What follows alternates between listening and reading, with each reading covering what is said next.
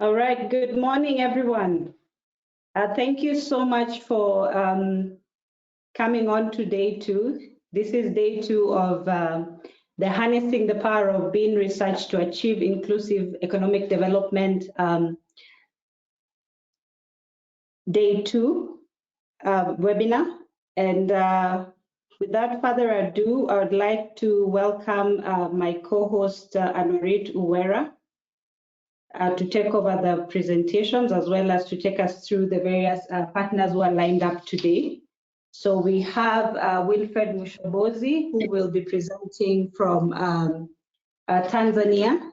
He's the Director of Crop Bioscience and is going to take us through how private sector-led smallholder mechanization is a great opportunity in Tanzania, and how he's working with the farmers, especially the Maasai, who are well known for their pastoralism to grow beans in Tanzania. And we also have Redempta, who will be joining us this morning, explaining how homegrown school feeding program has progressed in Tanzania over the years since we started promotion of high iron bean in the various schools in Tanzania, and what the growth has been so far. And we also get to hear from presenters from the Alliance of Biodiversity International and SEAT through the PABRA program. So we have lined up Eliud Birachi, Teshale Mamo, as well as Roland Chirwa and Louis Butare, who will be taking us through the various developments that have happened in the networks that they are heading as regards bean research and development. So Anorit, please welcome as you take us through the facilitation for today. Thank you. Yeah, thank you, Patricia. Good morning, everybody. Yeah, as she said, I'm Anorit Uwera from Rwanda Agriculture Boards.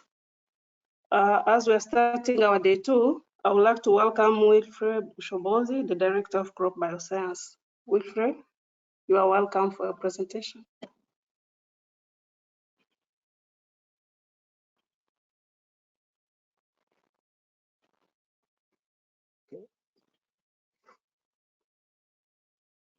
Good morning, everybody. Good morning. My name's Wilfred Mushobozi, CEO of Crop Bioscience, based in Arusha, Tanzania. And I take this opportunity to welcome you in Arusha, Tanzania. Could you put on my presentation, please?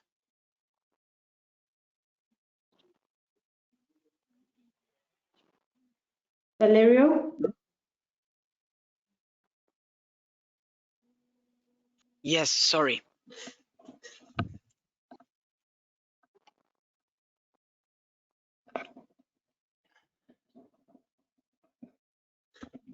Sorry, I was not hearing. Tell me. Yeah. Will you give move the presentation? Yes. Okay.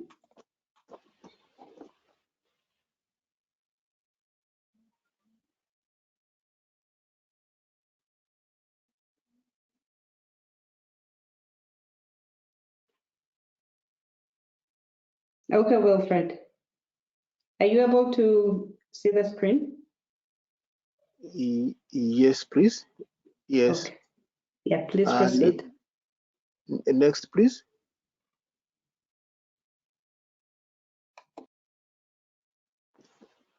Should I use the keyboard arrow or what? Because it's not loading? Yeah, allow it now. You are able to move the presentation. Go through. Great. As I said earlier, my name is Wilfred Mushobozi, CEO from Crop Bioscience Solution in Arusha, and welcome to Arusha, Tanzania. First of all, I would like to thank the organizer, BioVest and the SEAT, also TARI Tanzania, the main partners who I'm working with, and the many activities which we are doing in the beans value chain is the bundling seed with the mechanization technology. We all know that seed alone, without the proper technologies, we cannot expand the production area. So in this case, we are partnering with the TARI, whom are breeding the seeds as the new technology. But we are taking these technologies to the farmer using the mechanization. That is to allow to expand that, the production area. But not alone, the mechanization cannot work together without linking to soil S information. TARI for a long time has been compiling the data of the soil status, but this information has not been reaching to the end user. So in this case, how do we deliver research output to the end user? Once we engage the farmer in a location where he wants to do the production, we are using the GPS. The GPS is backed by a technology called Halo Tractor. Halo Tractor immediately locates the farm location, and we are able to send this information to SERI and TARI to inquire about the soil status of this area, so we could advise properly how to make the soil as a limit. But not stopping there, is how we facilitate women and youth to engage in beans value chain. Beans value chain is a undertaking which is most attractive to the youth and the women. But unfortunately, this group has been left out for quite a long time, because although we encourage women and youth to engage in agriculture, but we also forget that women, they don't own the land. They don't have resource immediately to work with the field. So how do we engage them? While in the political arena, we say we are encouraging them. They have no land, they have no resource. So we are working together with TARI and SEAT to have women and youth included in the beans value chain. How? We are setting up what we call it a seed money, and that is going to be a revolving fund by facilitating them to acquire land, but also to have the seed.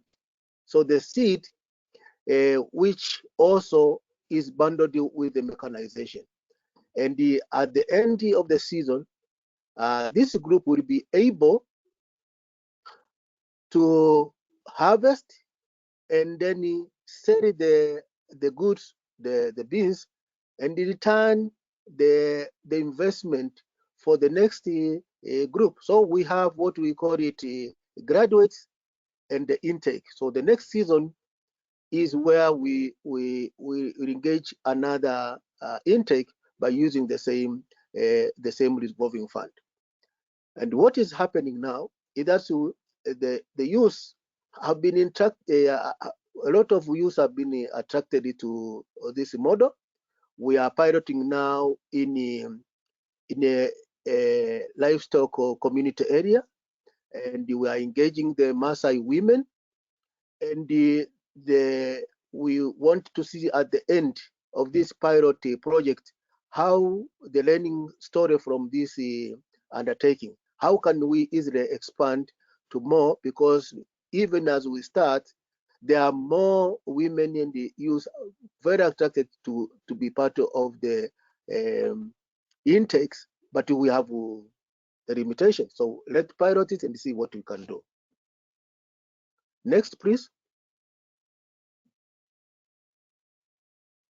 You can move it. Just click on the presentation or move the arrow.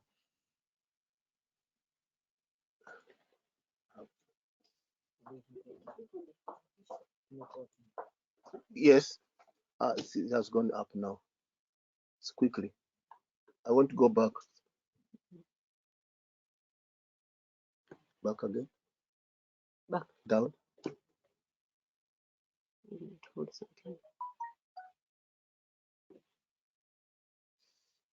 Okay. Now.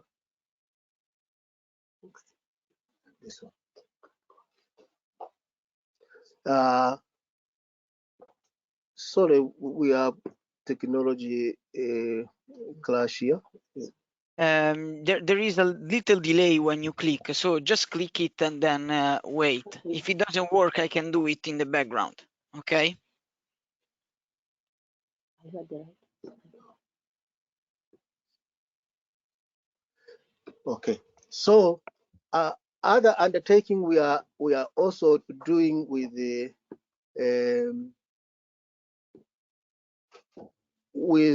research institution is the dissemination of the technologies, what we call integrated crop management to farmers. So we are backing up these technologies promoted by TARI to the farmer because they are bundled in the mechanization technology. And one thing we are now promoting is the HIB varieties bred by TARI to improve the community nutrition health. But also we are promoting the market preferred beans variety and facilitating the expansion of the production area. And this has attracted the buyers because the buyer regard this model as the easiest way to have volumes, and the volumes of market preferred varieties, which are connected to the beans corridor. And once you have aggregated farmers on the big production area, immediately you start getting the orders. How many farmers have cultivated the certain varieties, and when is the harvesting due? So you see, we are even opening up the market linkages with the big volumes, and attracted more other buyers in bringing in the competition, so that the farmer are not only getting the market, but also the better price, because a buyer can source the preferred varieties in large quantities at a good quality volumes.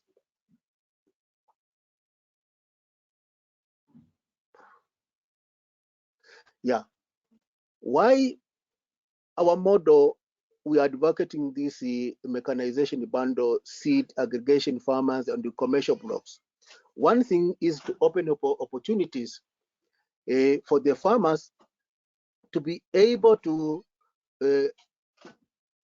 engage in the beans as the business. So in this case,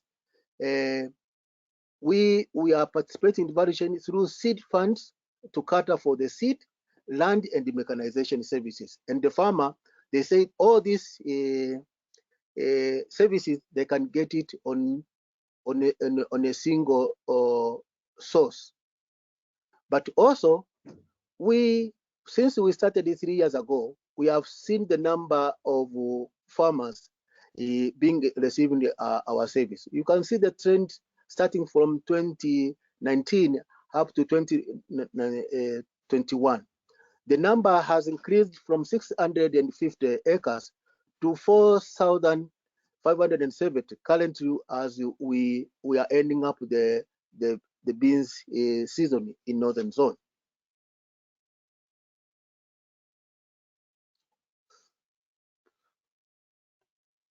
And who are our partners? We are partnering with John Deere Lonagro Tanzania, who are supplying supporting services, technical backstopping, mechanization of machinery, and also financing 3% of our bank loan.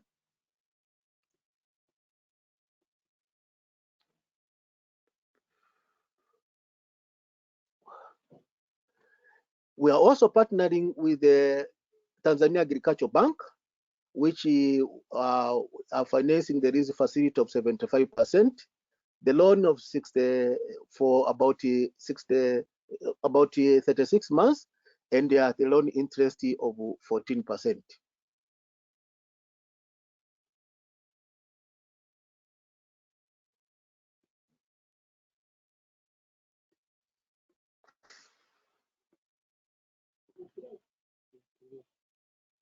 Yeah.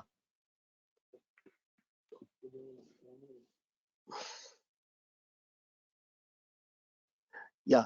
And how are we enhancing technology to improve productivity? We have seen our intervention currently, the productivity moving from 2 to 4 bags per acre, going to 6 to 8 bags per acre. So in this case, when you have a technology bundle with the mechanization, we are sure that by partnering with all other stakeholders, we are contributing to transformation of agriculture in Tanzania, especially in the beans value chain. But we are not yet there because there are other challenges like supply of the seed, the resource, and the infrastructures.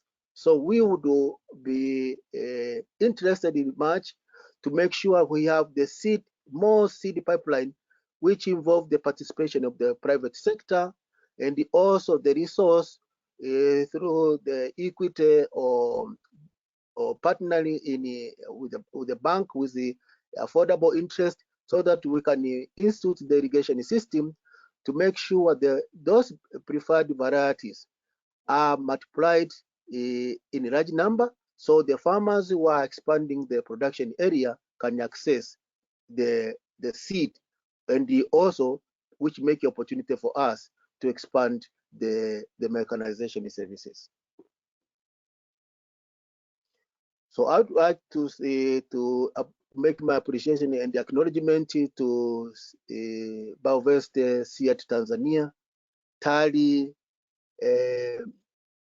and other partners, the bank, and who are also involved in this beans value chain. That's the future for beans value chain in Tanzania look great. Then I would wind up by thank you everybody for listening my talk. Asante sana. Yeah, thank you, Wilfred, for keeping time. Thank you for the nice presentation. Congratulations for applying and increasing the use of mechanization in Tanzania. Now it's time for questions and answers. Please, anyone who has a question, please raise your hands.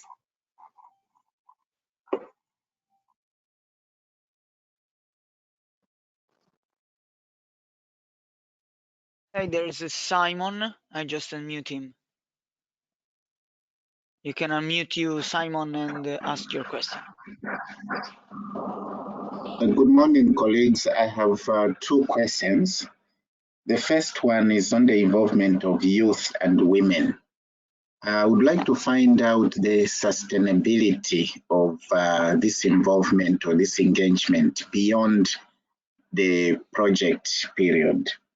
Then secondly, you mentioned about the yield of 4 to 6 bags per acre. I would like to put it in the context of what are the kilograms per hectare, for example, and how much do these bags weigh, so that I can have the yield per hectare. Thank you. And may I also take this opportunity to ask the organizers. Yesterday, we were being told to unmute ourselves and put on video, but when we are muted by the organizers, I couldn't unmute myself. So please, when it's time to unmute on your side, kindly unmute all of us, please. Thank you.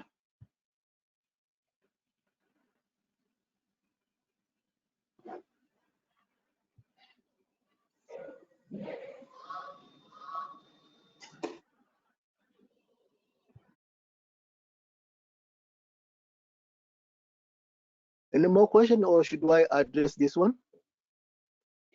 There's a question on the chat, and this is from Eric Partner, and he asked, did the speaker say the revolving fund is used by women to acquire land? Is there enough money, and how fast can they repay? And then the second question is Crop Bioscience a private company? How do they sustain themselves?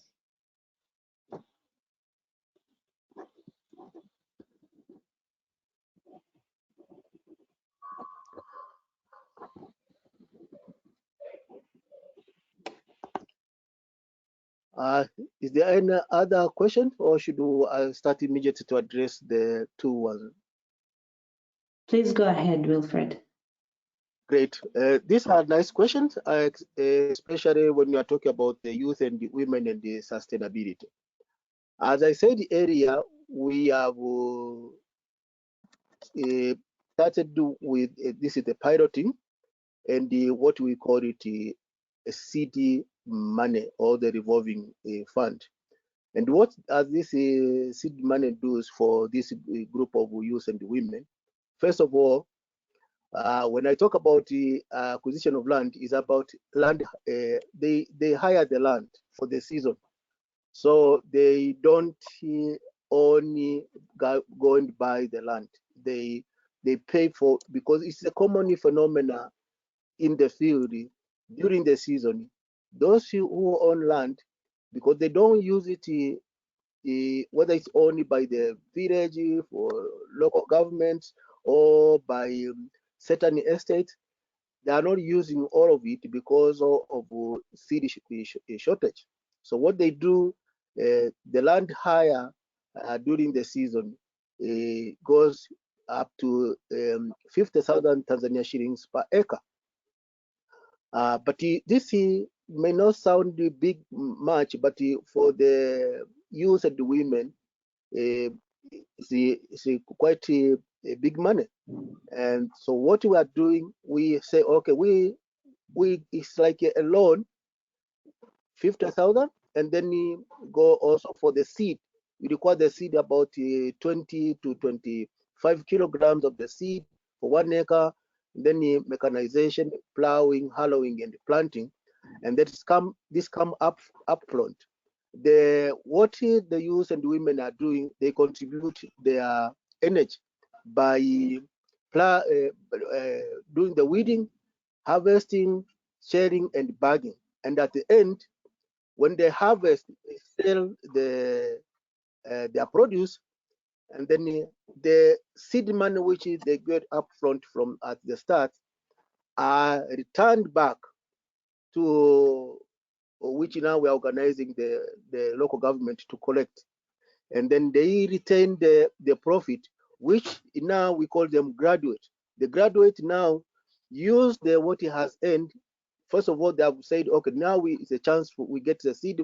They can revolve their seed, but also they use the return, the earning from the produce to engage now themselves, their graduate. The seed money goes back to new intake, and that's how. So we have tried. This is the second pilot district, and you have seen the first one now already standing on their own and using the revolving fund to new intake. And then we see we are testing for the second season, and you have seen the number which engage from the beginning sustaining. So they don't own land, they hire the land. And I'm sure I must have answered the other question from the second attendee. Now about the yield. When we're talking about 60 to 80 bags per acre, means these are the 100 kilogram per bags.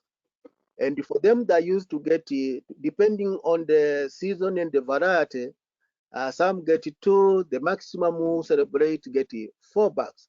But now with this new technology, we have seen the improving the productivity and the moving to the unit which we are talking about is 100 kg bag, and moving from 60 to 80 bag, which for them It is a big transformation. Then comes the last question, how Crop Bioscience is sustaining this one. Crop Bioscience has invested in what we call the mechanization services. We are private sector, and the service we are offering is the fee. So we are de-risking the farmers who don't have access to the tractor, who don't have access to the equipment, the planter, to get the services. And when they compare how much they are spending on such activities, time, and the cumbersome of hiring labor to broadcast in the scene, they say this is actually the cheapest um, intervention, and they look that this is the model to go, because we could plant one acre in 22 minutes. So, and the cost is 25 as compared to the involving the labor, which costs you 30,000 planting, but also you have to feed them. So with this one, they say it is the affordable means, and the future is the way to.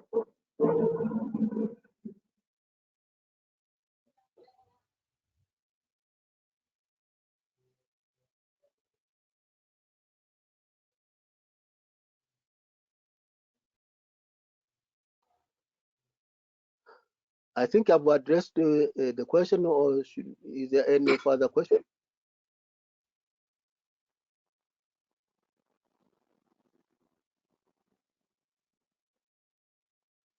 It's clearer now.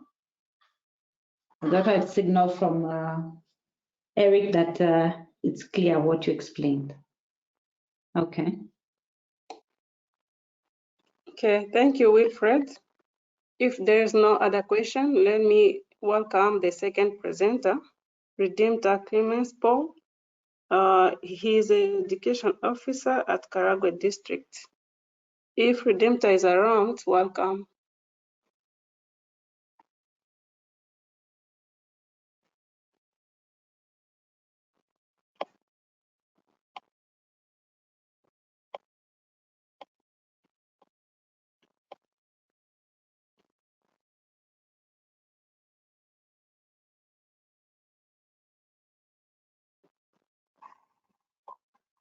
Hello, Patricia.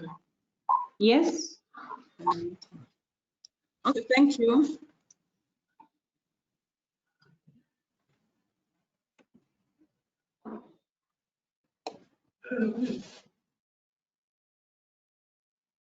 Please proceed, Redempta.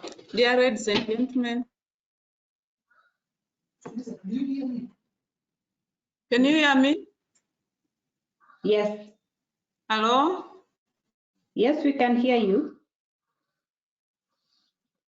Thank Please proceed. you.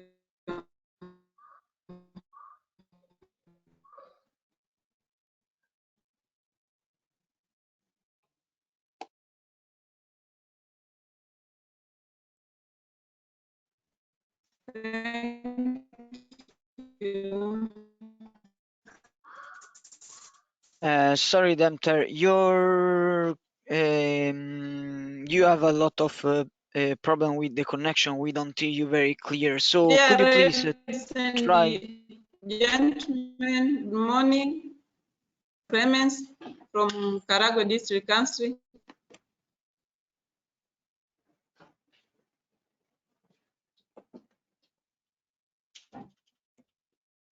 Okay.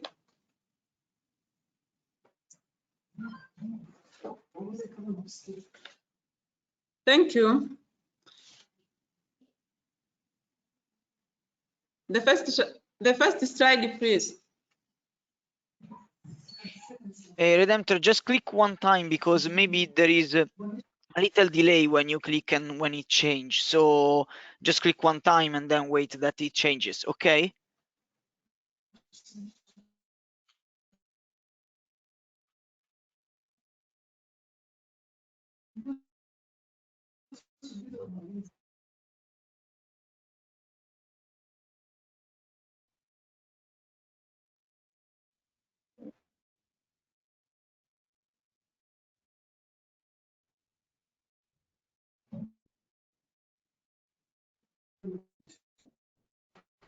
Hello?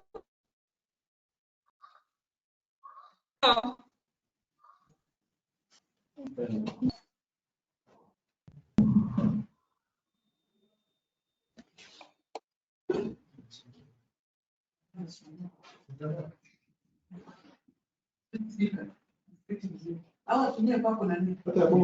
Wangeruhusu tutumie kwetu.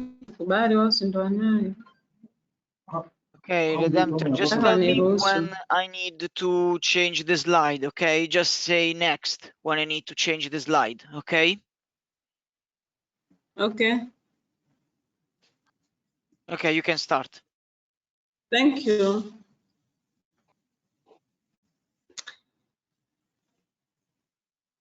Let's study before this, please. Thank you. This presentation consists of 7 contents.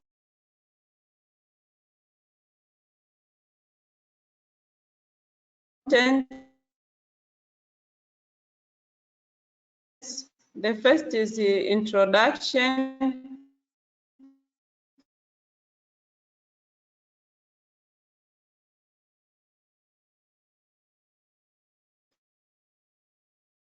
My intuition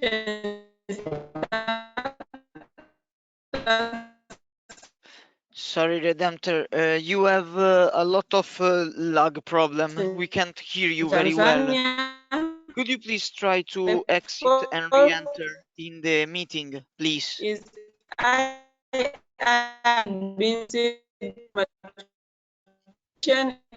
fifth.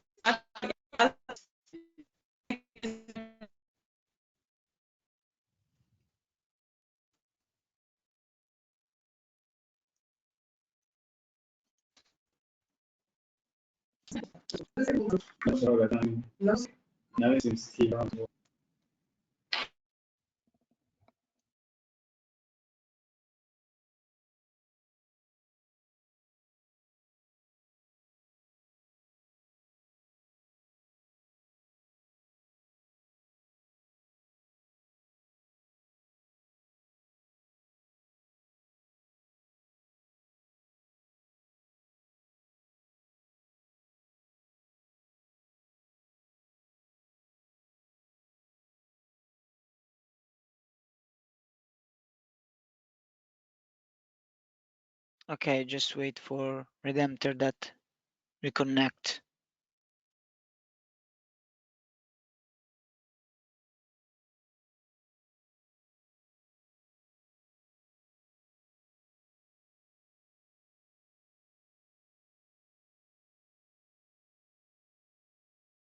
Do you want to move forward in the meanwhile, or we just wait, Patricia?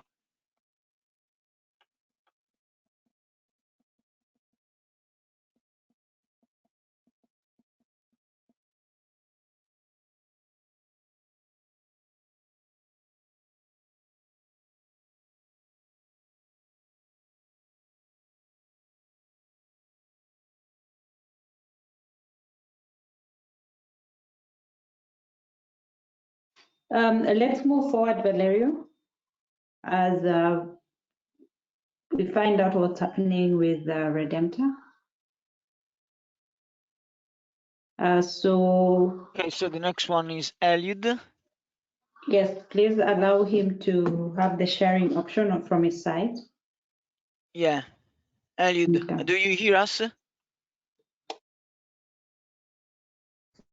Yes, good morning. I can hear you. Okay, I'm giving you now the presenter rights so you can show your screen.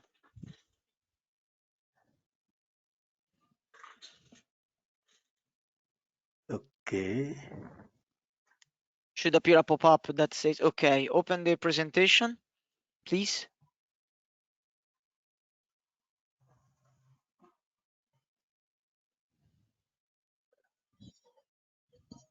Okay, click on So presenting mode. Okay.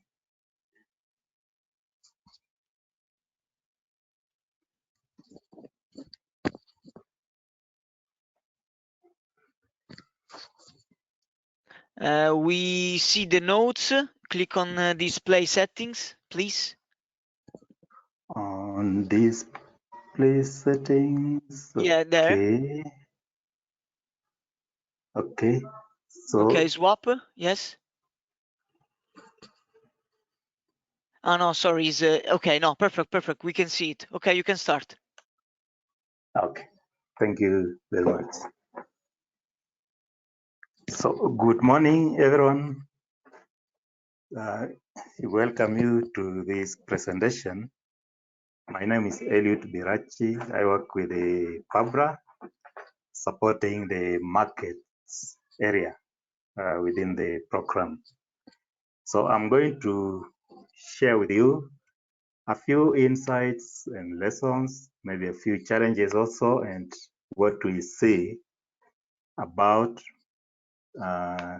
the work we are doing on corridors. The Parkland branch. So, something.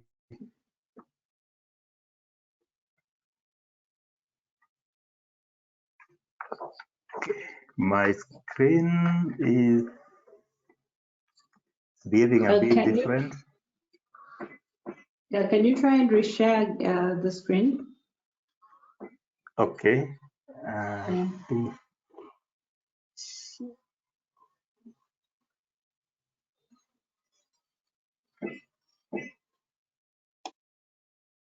Okay, is that fine now?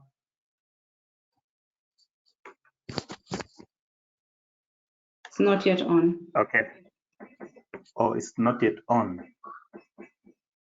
Okay, on my side it's fine. What should I do here?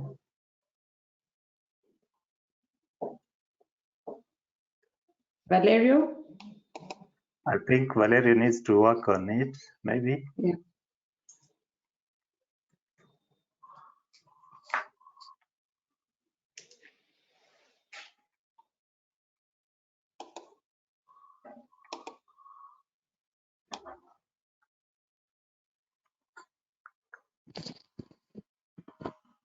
I have a blank screen. Yeah, I've Okay. sent you another time the presenter rights. Please don't click on the presenter icon. Okay. Okay. Okay. Put it in presentation So, mode, and then you can start.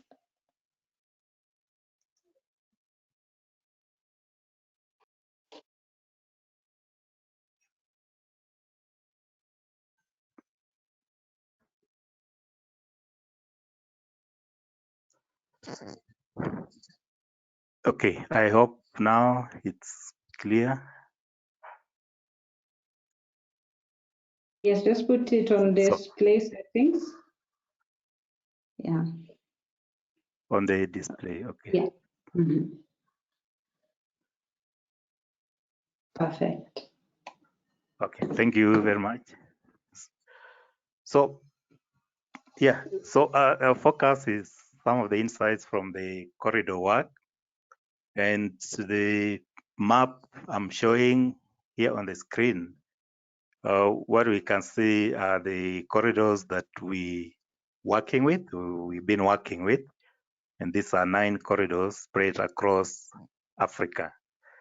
And the arrows pointing to how the beans are moving from the production hubs through distributions to the ultimate consumption hubs.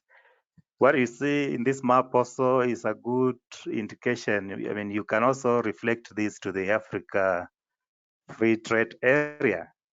And these corridors have that kind of potential that when built on or even developed more, they can contribute to really this Africa Free Trade Area, because basically it's really doing that. But we need to see more beans moving across, and especially east and west trade. I think that is something which will be very interesting going forward.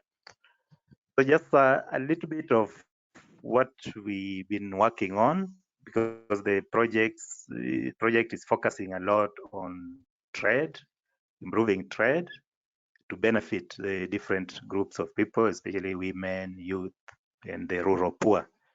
So on the left, top left panel, it's about the trade, the way we've been recording the volumes of beans traded over the time.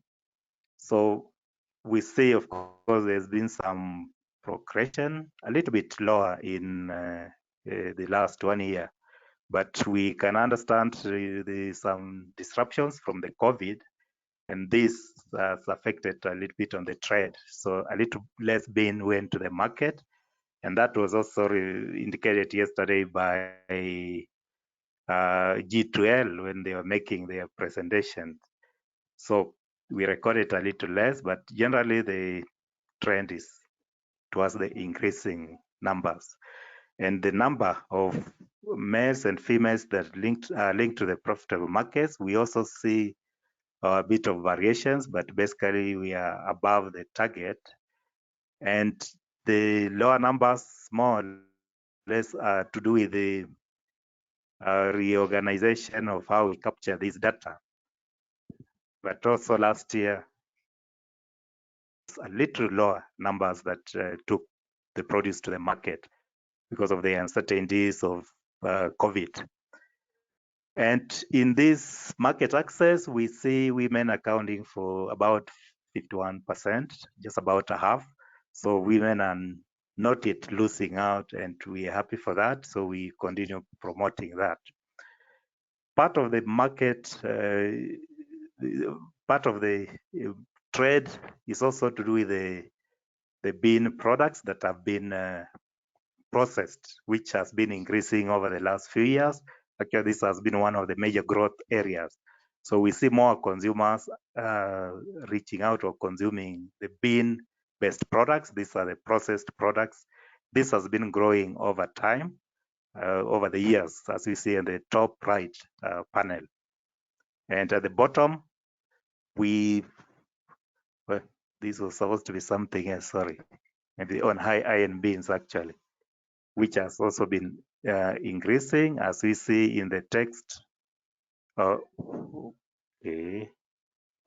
Yeah, in the text on the right-hand side, about 238 SMEs are involved in bean trade at different levels, grain, processed products, and these are across 11 countries, which also have the bean business platforms. But we see also women in these SMEs increasing. Initially, it was only 8%, and right now we're looking at something over 20%. So we are hoping this will continue increasing. So the high iron beans, the bean flour, and the pre-cooked beans, these have been the major drivers in consumption of bean products. So we see further on the issue of the varieties. Over time, we've been having, of course, more access to climate smart varieties and the production practices. And among those that are accessing these varieties and practices, 52% are women. So this is above target, but it also has some variations over the time, but positive so far. Varieties that are resilient are very important, and these have been planted over the years. And monitoring some of the countries, we see some gradual increases over time. And we expect these are the ones that are going to drive the production hubs. But these are varieties also that are demanded by the consumption hubs. So to support the production and productivity, or training activities have taken place over time, and we see more training in 3 of these corridors over the last 1 year in order to equip the producers as much as possible. Now, little bits on the insights and lessons. Over the period, we've been investing to promote gender equality. As we've seen, the initial data showed a bit of fewer women and even youth participating, but this has been increasing. So we are seeing more visibility for women in production, in processing, in running the SMEs. So this, we will continue promoting this as a major outcome in the project. And I think there's also realization that the women also need to be supported. As Mshobosi, the previous presenter, has indicated, it is very important to support women, and those are some of the very important efforts. The corridor model, as we've seen, is catalyzing private sector engagement and trade. That means that we have a roadmap to channel preferences from consumers, from businesses to producers. But more engagements with the private sector are very necessary in order to build sound businesses in beans, and this is the way to achieve sustainability. So it's not just project support, but building up systems that can sustain these businesses in the long run. We have seen key collaborations, different collaborations to support even our SMEs. For example, Aseli trained at least 11 of the SMEs, and more than a half actually progressing to the next level of training. And this we see as very good potential, and I think there are more collaborations coming up. Sharing our best SOUB is another investor that is coming on from the private sector, and we'll be also linking on to the producers. So there's so many of these potential partnerships which we are working on to ensure sustainability. Many of them have the private sector link. Now, when we look in the corridors in general, we are seeing good growth areas.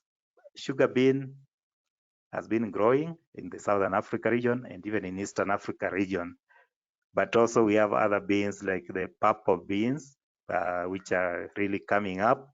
So we are seeing the corridors developing further in the coming maybe periods. But we are seeing also the red mottle corridor being re-energized through high iron beans. Basically, I think the red mottle bean was a little bit going down for some time, but this is being re-energized because of the high iron, and the good examples in Kenya show these in Southern Africa countries. Value addition and processing continue to be major drivers for investments. Through new flagship products, pre-cooked beans, which have been around for less than 4 years, bean flours also for a short time, but these are really being the major investment areas, especially for the SMEs. So, but this calls, of course, for technical support, which PABRA has been providing to these SMEs, providing information, providing some of the technical in areas of technologies and methods that can optimize these products.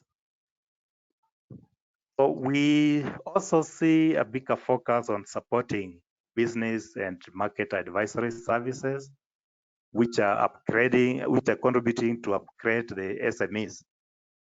Most SMEs are now, we can see them growing, expanding their facilities, and these expansions are related to the new knowledge, especially on the use of the services, which was originally quite low, but the project has placed a big emphasis on these services. So we see more financiers, more advisors, business advisors coming on to support the SMEs and producers. So these are designed to increase efficiencies in these enterprises. And we see this playing a bigger role and will require more investments going forward. Digital payment services are part of these services, but we bring this out specifically because of the opportunities they present for women and youth who are participating in aggregation, of course, and production. But they also present a better opportunity for gender inclusion of the youth, the women, and the very rural producers. Is at least there's a better chance for them through these digital payment services, as we have seen some of the results showing. So we still have more potential for even more services. Some of these are engaging in additional businesses, for example, mobile money, bank agencies, and these are very key for empowering economically the women and the youth. They have mentioned a bit about high iron beans. Now, when these high iron beans are combined with the market preferences, these have potential to increase bean consumption. We have seen example of the red mottled for Kenya and Tanzania, Malawi, Zimbabwe, and even Rwanda. These are dominant varieties, but we see the demand increasing even more now that we have high iron beans in the same. So we will need to continue investments in breeding to increase the value of these varieties, of those varieties that are preferred. We also see school feeding and other institutional consumptions of bean to be very key, as they present more opportunities for increasing bean consumption, and consequently, the nutrition statuses will be improved in these countries. So in Tanzania has shown very good example in this, but also other institutions such as hospitals and maybe hotels, restaurants. These are avenues that we have to invest more to increase the consumption of beans and even businesses in these countries. So we also see the bean platforms, which have been key in implementing the bean corridor work. These are very key. They bring everyone to the same platform where they are able to interact and communicate and pass their demands on to the other actors or partners. And the platforms have increased over time, but we still need to make them more sustainable. The involvement of the private sector as major drivers is very key in this, and we've tested some of them, and that seems to be a good area to ensure that the private sector takes the lead. I've also mentioned about digital services, but talking about now on the extension side, our digital extension has also been well introduced, especially for ICM and climate advisories. And these have been well received by farmers and even the extensionists. One of these, which is called the DACA, DACA is about the climate advisories for agriculture or digital agricultural climate advisories. And this has been well tested in Rwanda, and right now it's being used in a number of countries to provide climate advisories, but also has very good potential to provide also a lot of extension knowledge. So this will be very key to build and strengthen for more countries to participate. We also see stronger links with private sector to provide integrated crop management. I think the previous presenter has just shown an example of this, and there are collaborations with the fertilizer companies, chemicals, and other input providers to work closely and increase access to these inputs and even demand for the same. The issue of seed continues to be very key. Quality seed is very important. Alignment of even the seeds to the market demands are very key. So we've been able to work out on some models that can be used to enhance sustainability of seed supplies. So these models like the seed credit, community revolving models, agro-dealer networks, direct supplies from even some of the research institutions that also have seed companies. So all these across different countries, we're trying to still work on this, on the optimal models that will enable sustainability, but this still requires quite some amount of investments. Breeding is key. I think consumer preferences may change, and especially with the new products, we are having new products or processed products. This new processing requires adaptation of the varieties. So the need for breeders to be alert, to be supported, to adapt even to climate scenarios, this will have to continue. And I see a very good example that tepare beans were released in Botswana, which is a very marginal area, a dry country, and that is very, very important going forward. We have also, of course, invested in digital tools for monitoring to improve accuracy and timeliness. So these skills for monitoring digitally are also being integrated in the partners and building their capacities in the same. And looking finally, of course, we've been mentioning some of the challenges, but we see infrastructure to support markets, to support producers, and even some of the very small enterprises, or for example, women traders. These are still a bit low. They need more investments, and working with the different investors, I think, will be very key, including public sector. Climate challenges still require attention. It's a key area to still pay attention to ensure that nobody loses out. Extension services are also still not sufficient. So exploring, especially digital extension, will ensure that this gets closer to the users. Looking at the Africa Free Trade Area, the corridors have a major role to play. It's already doing something a little in that direction, so we need to invest more and explore opportunities with this Africa Free Trade. And finally, we see the corridor model presenting a sustainable model for securing farmers' incomes. And this is through the providing stable and structured markets that can give, can assure prices that are that can allow for one to make at least some returns or margins on the investments. But corridors also provide potential for large-scale investments in agricultural commodities beyond beans, because what we have seen with the digital services is that when you are looking, they accommodate more products, even up to 5. So this corridor approach is also having very good potential to extend to other commodities beyond beans. We can have maize corridors for the basically almost there, and other legume corridors. So we see the corridor as a much better way to align the production to market in these countries. So that's what I wanted to share. Thank you very much. Yeah, thank you, Eliud, for the nice presentation. As we are running out of time, we would like to receive 2 questions. Now, the floor is for the people who want to ask questions.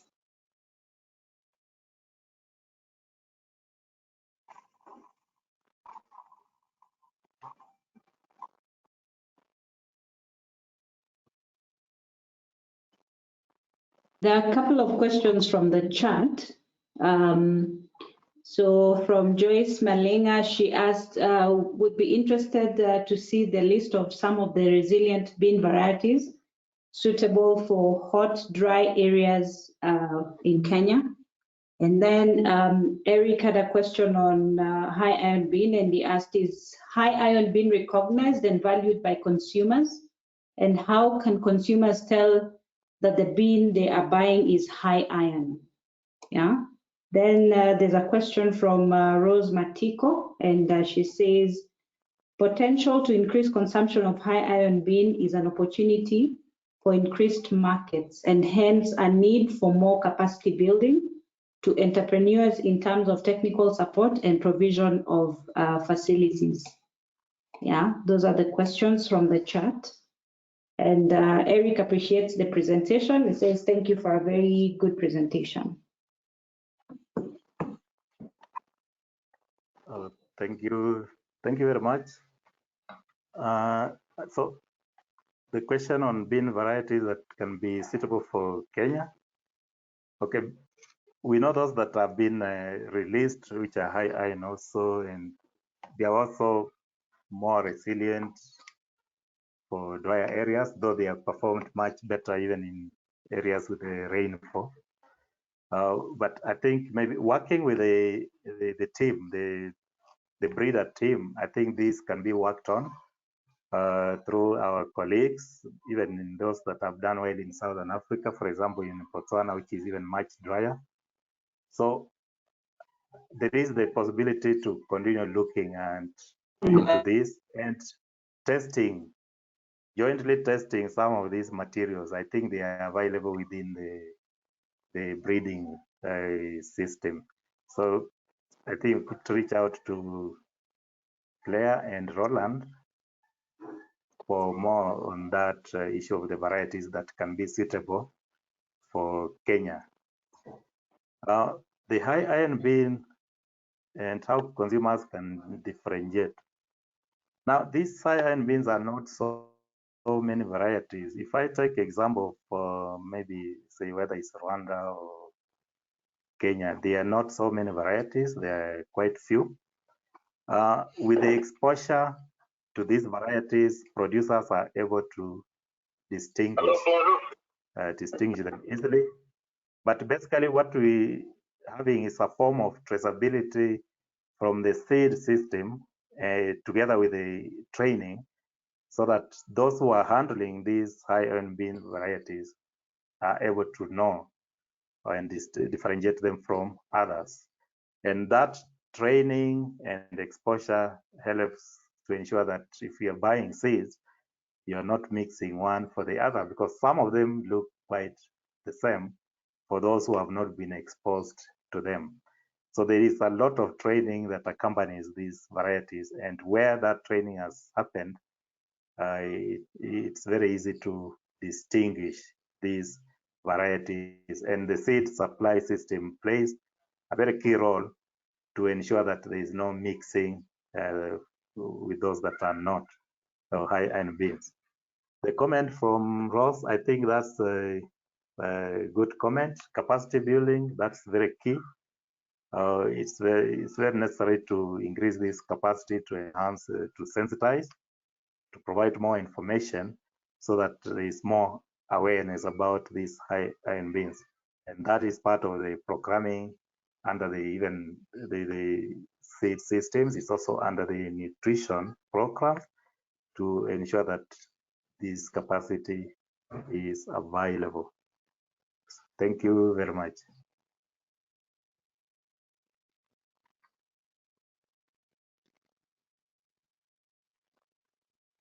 So I suppose no more question. Maybe check the chat. Yeah, there's one more from Nyarai. The idea of infrastructure is highly commendable, though it may have a challenge of security at farm level. I think that's a comment. And then Eric again, about the high iron beans. What about the end users, not the growers? Consumers don't know about high iron bean. Do they trust the bean?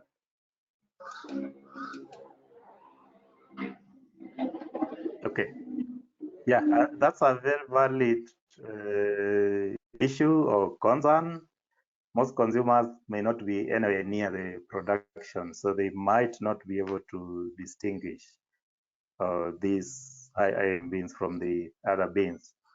So there are some of the efforts towards making sure that consumers get the right beans is to have suppliers that are known to supply these high iron beans.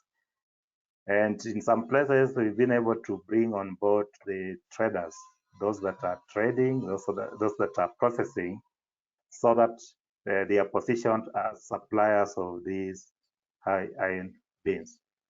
So with that information, then consumers are able to demand for those beans that are high iron as they need it. But because the instances of selling beans which are purported to be high iron beans when they are not, these are also quite common, especially where the efforts to promote these beans are just taking root. We take the example for Kenya. there is so much demand for the high iron beans, such a way that some of the traders are taking advantage.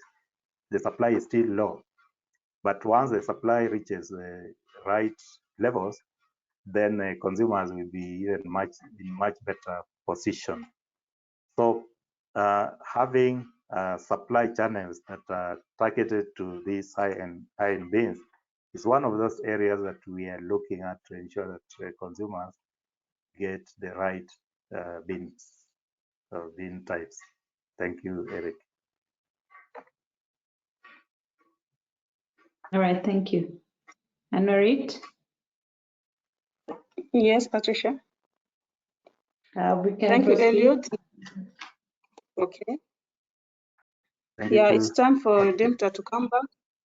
And I would like to remind all presenters that the 20 minutes given to you include the presentation and the questions and answers. So let's keep time. Welcome, Redemptor.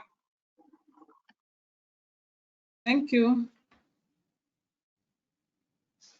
Now we can hear you well, Redemptor. Okay, so tell me when I need to go next with the slides, okay?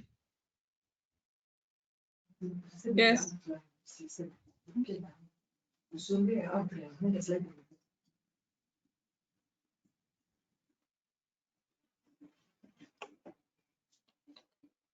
Thank you. Then next slide, please.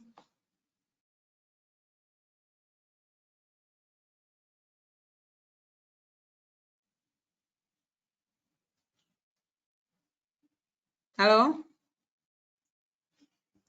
Hello? Yes, yes, we can hear you. Please proceed.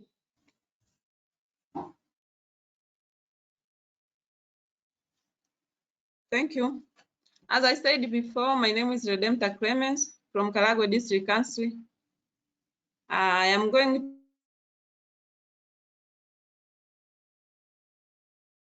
to present about home growth, school feed.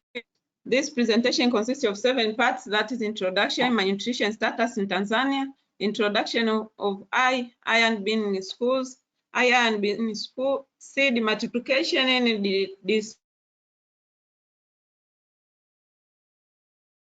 distribution through schools, achievements and supporting partners way forward. Next slide, please. Next.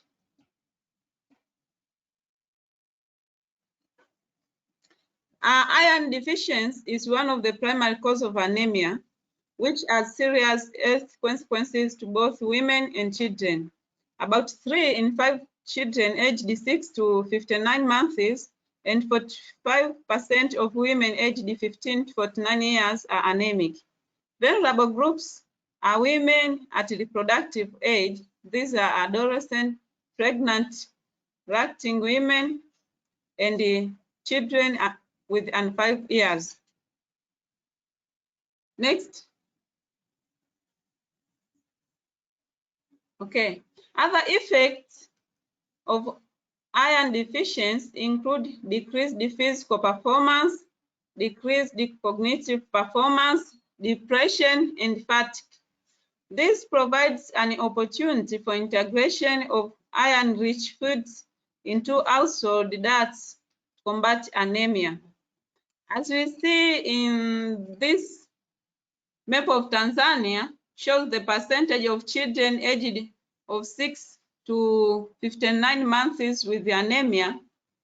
Kagera region have 58%, and these regions with red color are above 60%.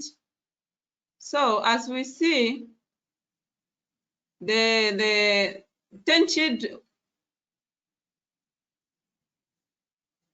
among 10 children, 6 children are anemic. Next, please. Thank you. Schools operations in Karagwe District Council. Karagwe District is one of 8 district councils in Kagera region. The district has a total of 120 primary schools with 93,972 pupils, whereby 41,708 are boys and 42,192 are girls. 109 primary schools provides meals to the pupils in collaboration with the parents, and normally parents contribute beans and maize. To ensure food availability to pupils, the district council encourages self-reliance projects in schools. For example, production of vegetables, maize, common beans, cassava, banana, and coffee. Next, please. Introduction of iron and zinc bean in Karagwe District Council through schools. Karagwe District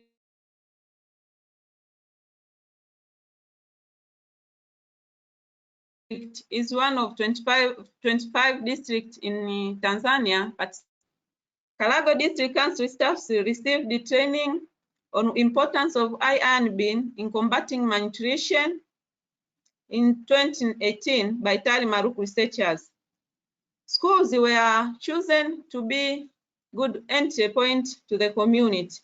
Tali Maruku also provided iron bean seed, specifically just variety, to 5 schools, and each school got 20 programs.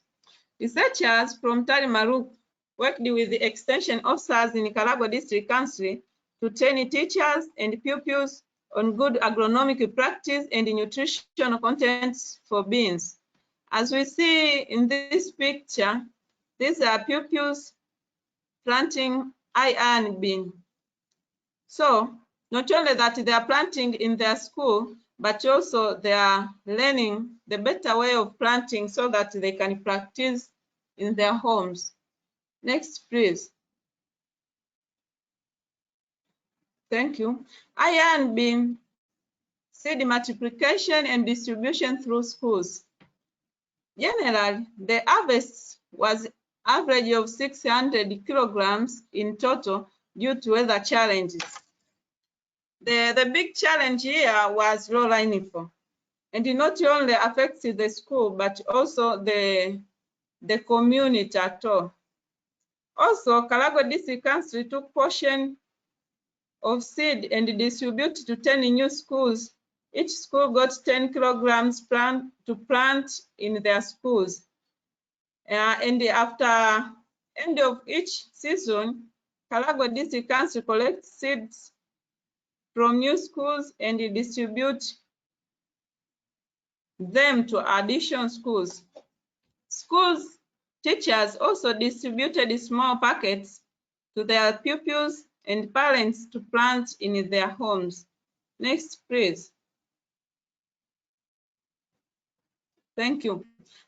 Achievement and supporting partners. As you can see in this chart, we started 2018 with a number of 5 schools, but currently, as we can see, we managed to reach 58 schools. Also, the number of pupils are increased from 1,420 up to 16,474 currently. Not only that, but also, as we can see, the number of parents are increased from 500 to 5,591.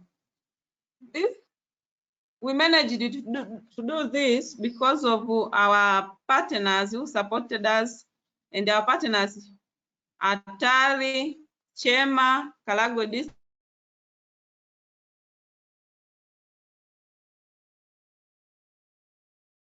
Council, and the FAO. These partners supported us with the building and supplied us the seeds. Next, please. Next. Thank you. Another achievement, we managed to increase demand for iron bean specifically Jessica variety, is currently estimated above 100 tons currently in Kalago district. 2 farmers have invested in seed multiplication. Each farmer has 5 hectares in Kalago district. Also, partners like FAO, Mavuno, PSI, Chema, Cadres are also supporting promotion and seeded farmers around the schools. Also, we managed to increase in the number of community members growing Jessica variety. Next.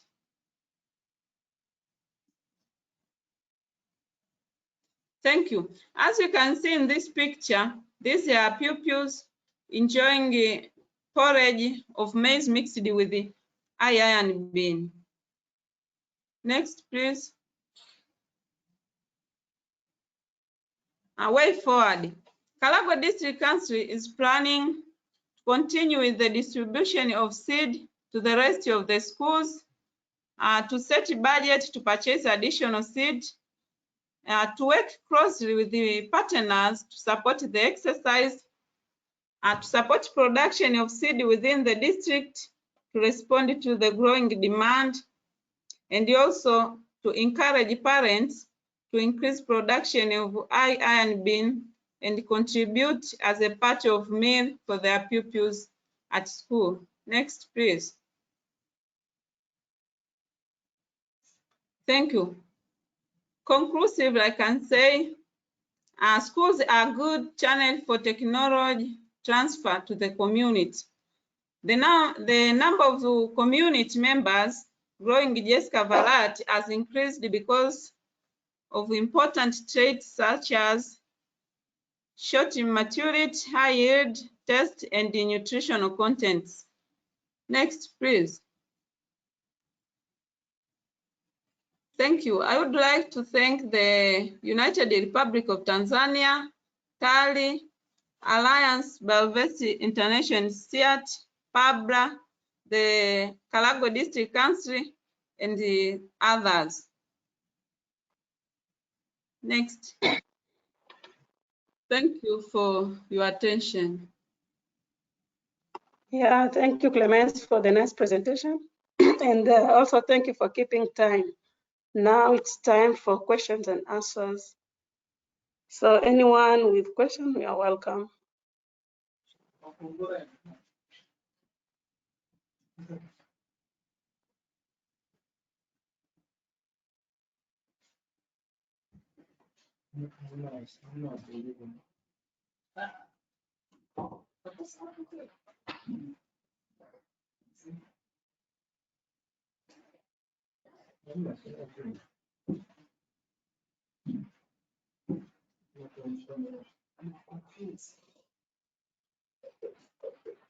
There's a question from Michael Kilangu, and he asked, Jessica variety is an early maturing bean, so need less moisture to mature. Poor performance might be contributed to other reasons. Could you comment on that?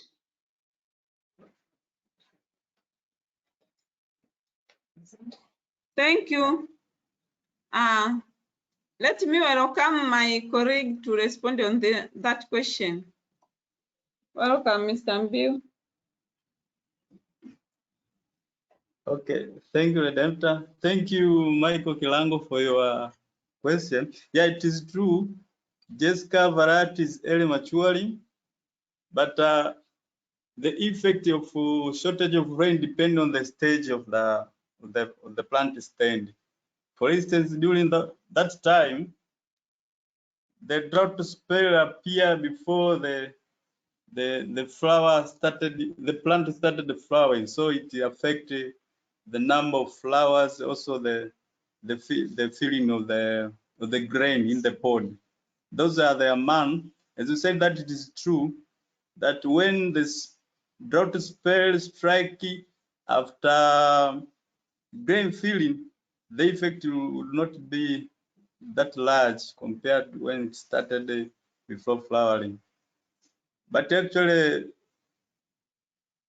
schools and the farm at large, they appreciate this one compared to other variety which can take more than 75 days to mature for harvest. And even the local variety also were struck a lot compared to Jessica. So in comparative, Jessica is more advantageous to them compared to other local variety that they use to grow. Thank you. Thank you, Julius. If there is no other questions, we can welcome Tishali, who is the next. Katerina had a question. Okay. Can you just unmute your mic, Katerina, as well as Michael? Valerio, could you unmute mics for Katerina and Michael? Michelle, sorry. Kilango. There's Michelle, and then there's Katerina first, and then there's Michelle. Kilango was already answered just now.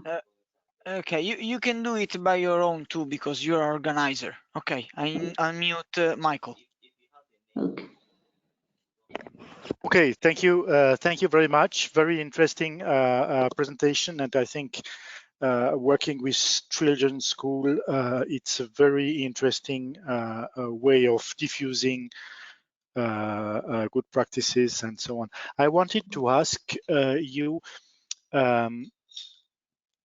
is the district or local school authorities or district authorities, are they able to take over this activity and continue in the future without the support of PABRA? Or how do you see this kind of institutionalization of this good practice within the system of the district there? Thank you.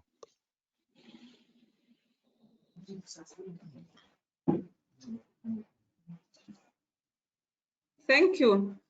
As I said before, the district is budgeting also to buy the seeds so as to continue with the program.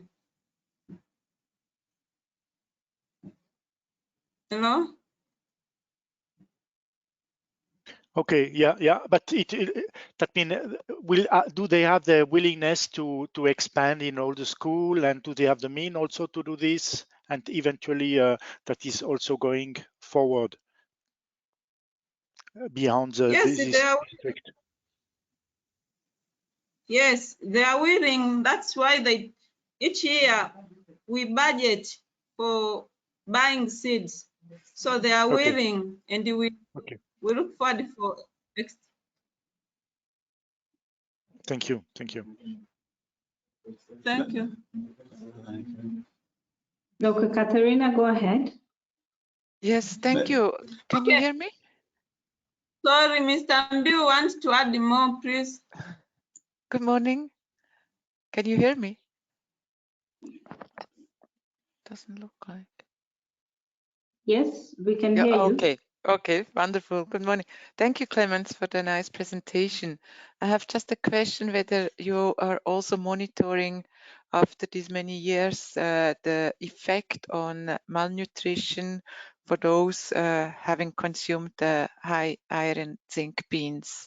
Do you have any information on that? Is malnutrition going down, chronic malnutrition, or are you working together with health centers, etc.? Thank you.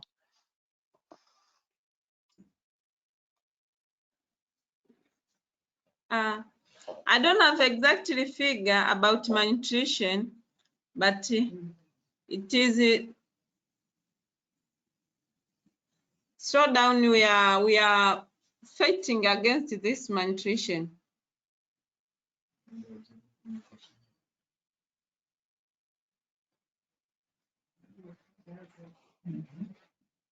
Hello? Hello?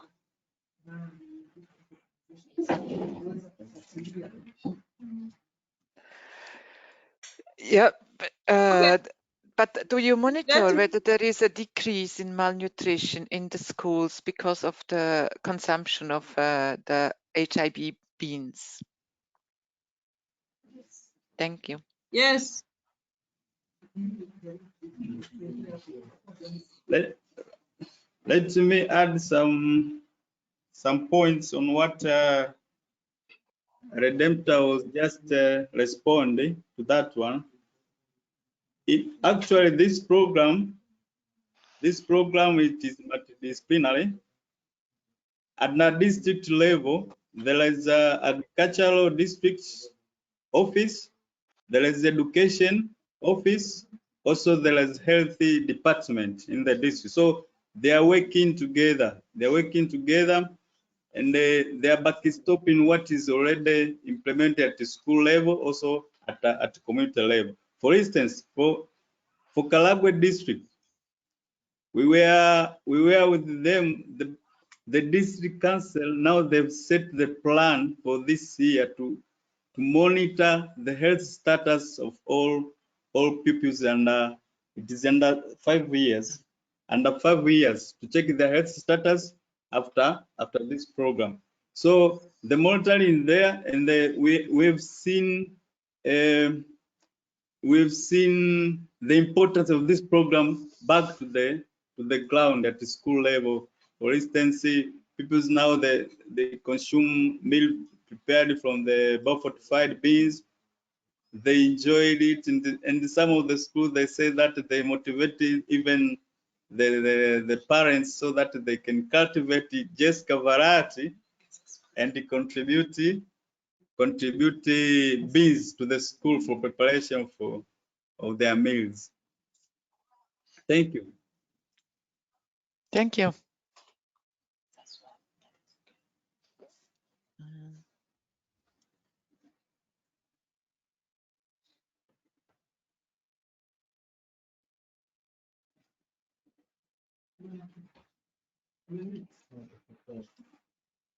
Honorit? Patricia, Yeah. can we Any proceed? question? I'm saying, can we proceed to the next presenter? Yes, we'll have a 5 minutes break at this point, and then we can proceed. So we'll take a 5 minutes break, dear participants, and we come back at 11:34, 35 thereabout, to continue with the next presenters, who will be Teshale, Roland, and Louis, and John Claude. So can grab some coffee, some tea, have a health break, and see you at 11:35. Thank you.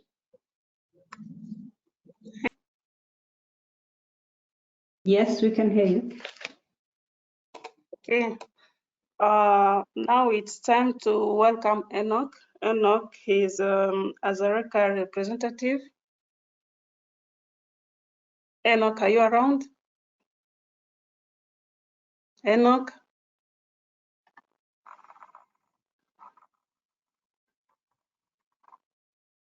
Is Enoch around? Yeah, Enoch is online. Okay, he's unmuted. Try to talk, Enoch. You don't have go. Is he around? Perfect. Yes. Enoch is around.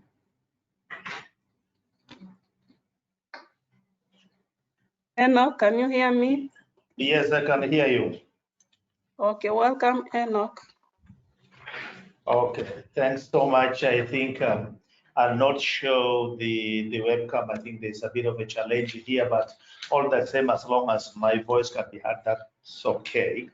I've been following up the discussion since yesterday, and because of some technical issues, I could not give some remarks.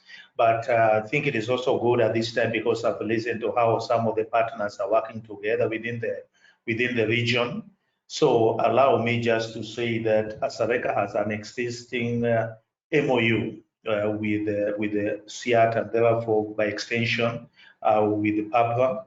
And there has been a very effective collaboration between ourselves and PABRA through the director, Dr. Jean-Claude, and the staff of PABRA, including the market specialist, Dr. Elliot Birachi, because we've been doing quite a lot of work with him in trying to put some concept notes and coming up with some proposals together. Allow me to say that as far back as 1994, when ASARECA was just being established, the two organizations were already working together and were in one accord.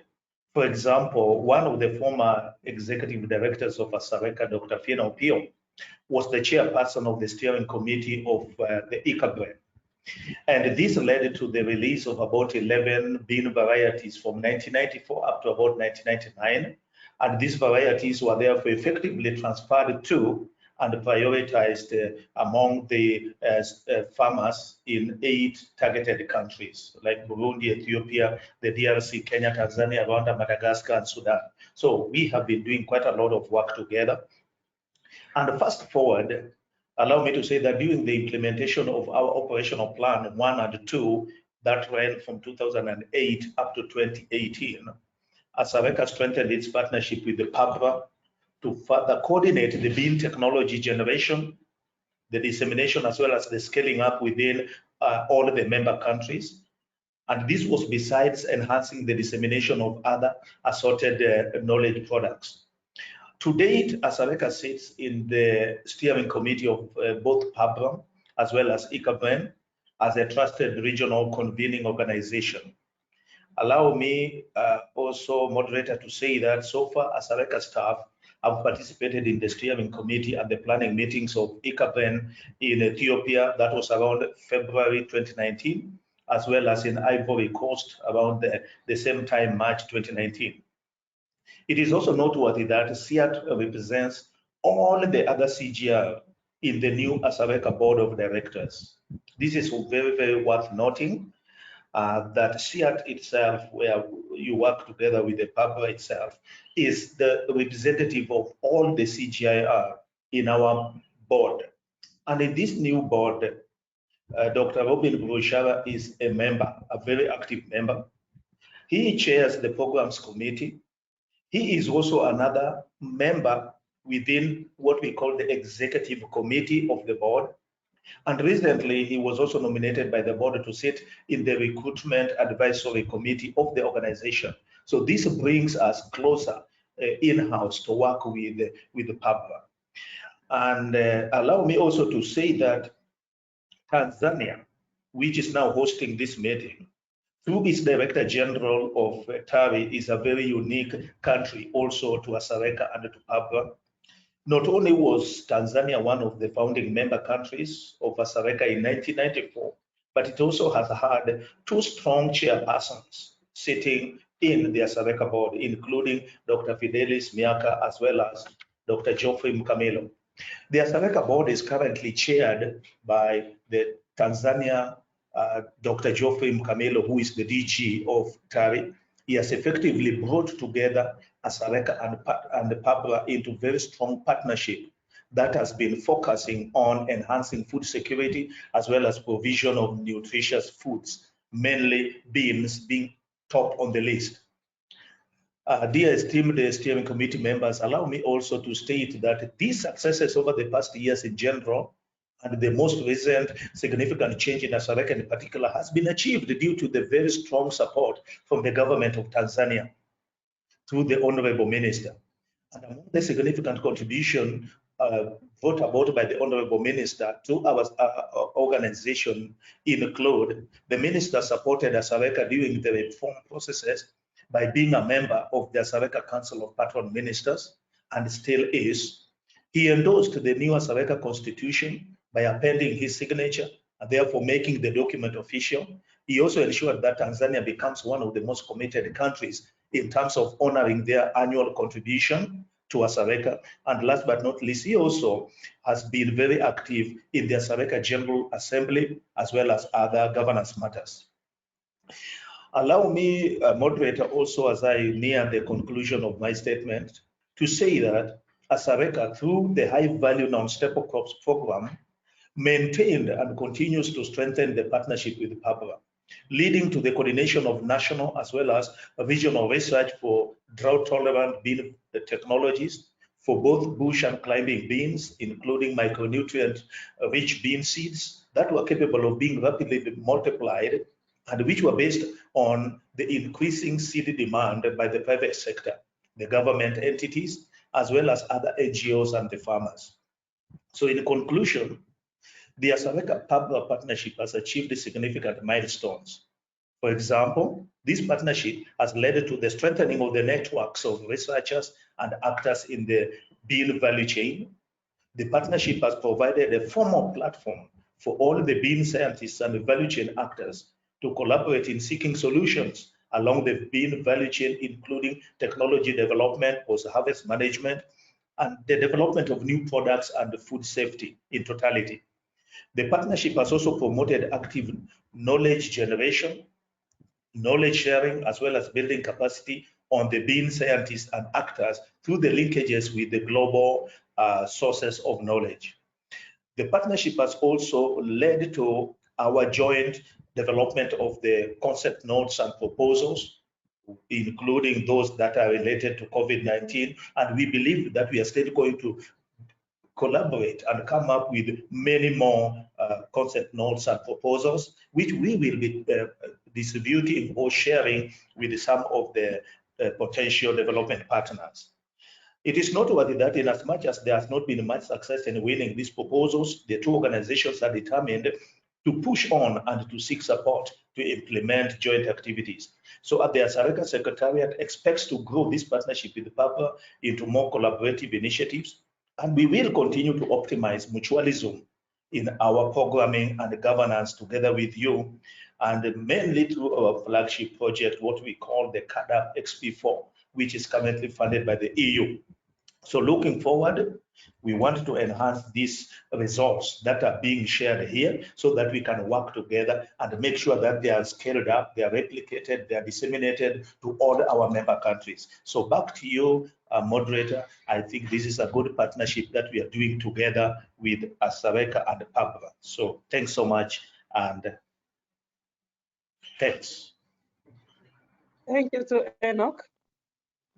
Now we want to welcome Teshale. Teshale, you are the current presenter. Welcome, Teshale. Okay, can you hear me? Yeah, we can hear you. Okay, We can see. Yeah, we have internet connection problem. Even I missed partially Eliud and the other presenter, so it's better to make my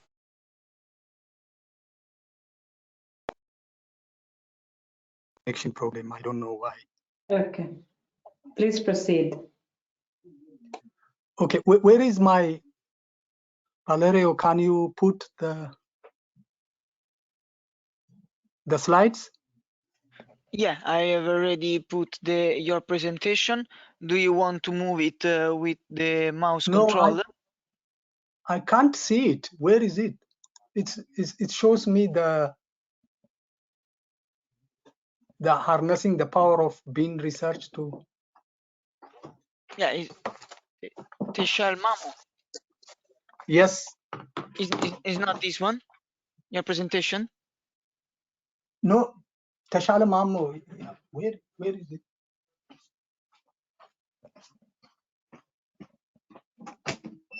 The internet will be slow, so what you can do, you can open up from a side and then you'll be saying, we can see from this side. Okay. Yeah. Okay. Yeah, but where is my presentation? I think it's because of the him. No, it's here. The internet is slow, so you can open from here your own slide. Oh. And tell them that now we're moving to this slide. Okay. Okay. I have to find it. Okay. I don't know where it is. Check on the sent items, maybe. Okay. Sorry, I'm sharing your presentation. It's not this one. It's written your name here. Yeah, but we have internet connection problem, and I can talk from from my screen, then I can tell you to move to the next. Yeah, we okay, have just really tell me bad next. internet Okay. connection. Okay, good. Okay. Okay. Just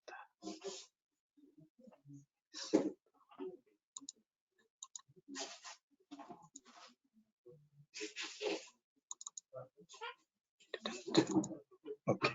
Yes.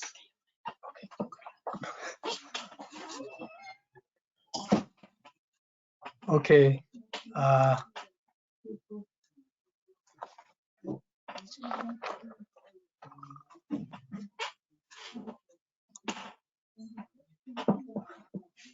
Good morning, everybody. My name is Tashala Mamo. I work for Alliance SEAT based in Arusha, Tanzania.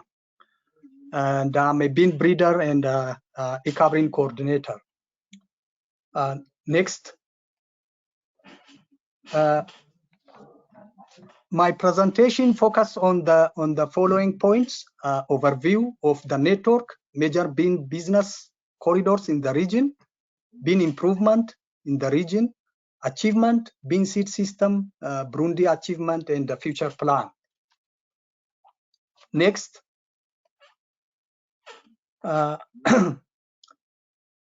East and Central Africa Bean Research Network is one of the three networks that make up PABRA, and it has 10 member countries, including Burundi, Ethiopia, Rwanda, Uganda, Tanzania, Kenya, DRC, East, South Sudan, and Sudan.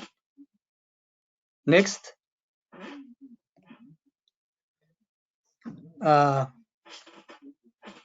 Major bean business corridors in the region. The dominant bean corridor in the region is Aram, which is the driving force, or the product for this corridor is red mottled bean type, and is mainly produced in Kenya, Rwanda, Uganda, and northern Tanzania. There are also other bean corridors in the region, including the white, reds, and yellow bean types, which are also dominant bean market classes and important for local and international markets. Next.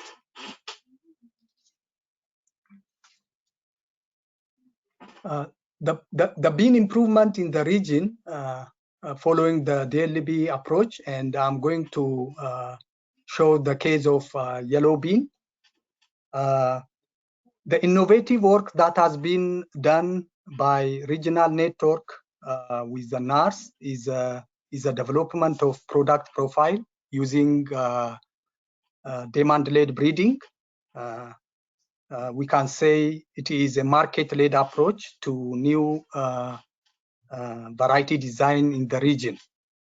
So we consider this approach a moving from subsistence system to more market-led systems. So first we developed a product profile for yellow bean, Celian 13. This developing a product profile is an important early step in demand-led breeding. In this product profile development, we considered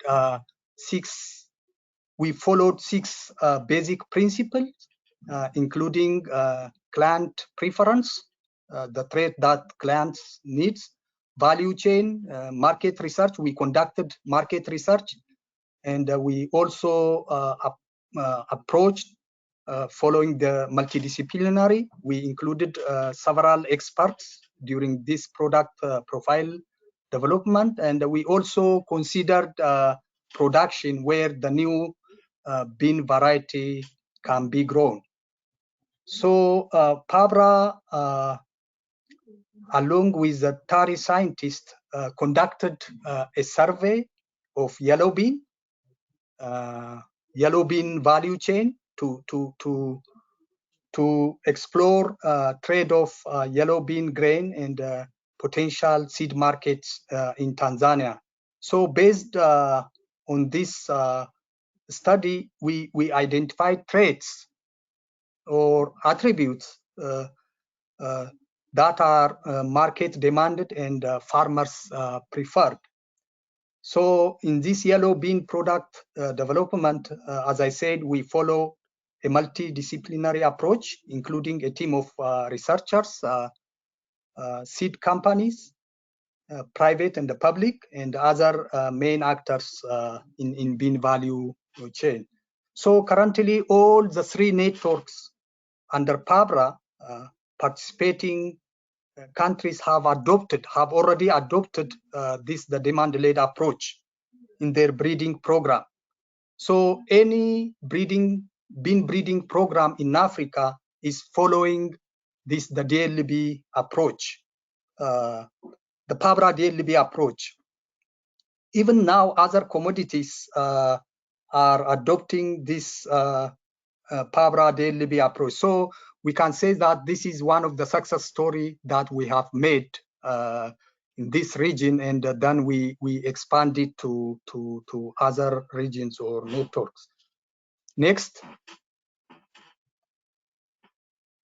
Along with this demand-led approach, we planned training in common bean breeding, mainly focusing on young breeders and the technicians, because these young breeders and the technicians are our future breeders, and we have to groom them, we have to train them. So we did this training.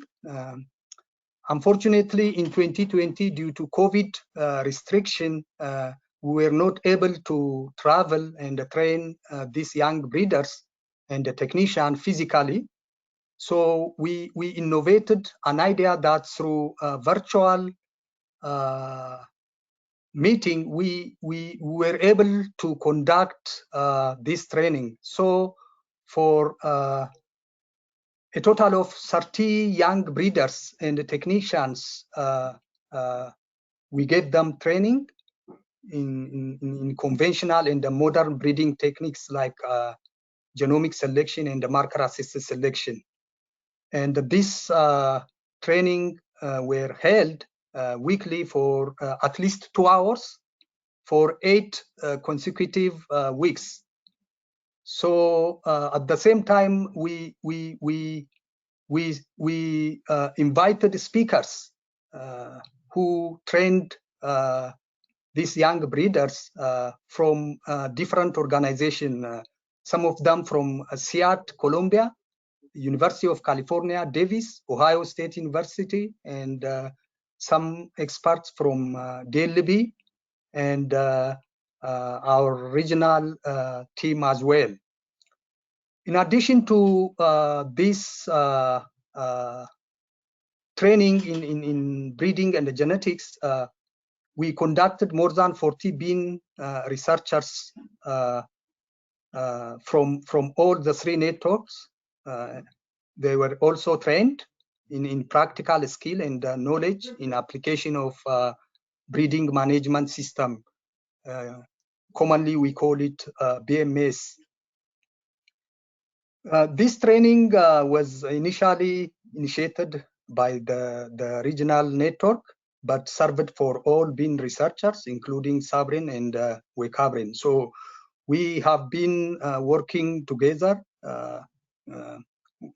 with Sabrin and Wekabrin. We share experience, we exchange materials, we exchange information.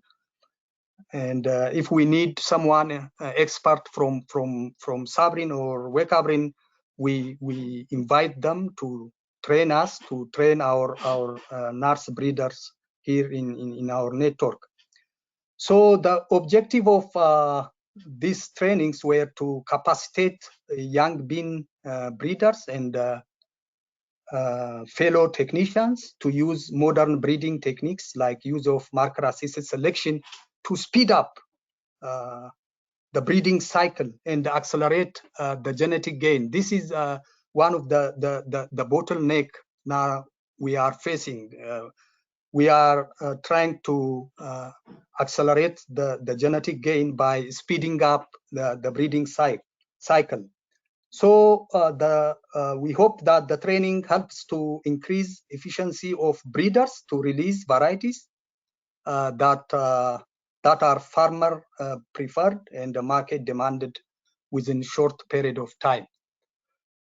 Next. So far, the achievement made in the region in breeding and delivery of bean, in terms of breeding and the delivery of bean varieties, as it is known, PABRA breeding strategy has worked well for the region, whose members released over 24 bean varieties in 2020. Of some are released in other East and Central African countries like Ethiopia, Uganda, and Tanzania. Each released varieties had combined resistant tolerance to 2 or more production constraints. As I said, variety like NSCN11 has been released in Ethiopia and Uganda, which helps to move seed from country to another, which can facilitate regional trade. So in 2020, 22 candidate varieties are proposed for next to be evaluated, while over 24 varieties were released in 2020. So the PABRA model for bean crop improvement using demand-led breeding shows that a successful collaboration initiative where germplasm can be quickly developed and efficiently distributed across several countries. Next. The bean seed system. A total of 135.6 tons of breeder seed, 1,837.4 tons of foundation seed, and 9,408.5 certified or QDS seeds were multiplied and distributed to the farmers and private companies. So when we compare the 2020 seed multiplication with the 2019, at least the volume of the seed production almost the same. This tells us that COVID didn't have effect on bean seed production during 2020 cropping season. Now there is also a growing interest in involving in seed enterprise or seed companies in making business out of seeds, bean seeds particularly. So seed enterprise accessing by farmers increased. For example, a total of 17 new seed enterprise involved in seed multiplication in the region. When we see the number of private sectors, private companies involved in seed multiplication increased. So this data encourages us to work more on seed multiplication and then moving this seed multiplication to the private sector so that we can address farmers who are in need of improved seeds. Next.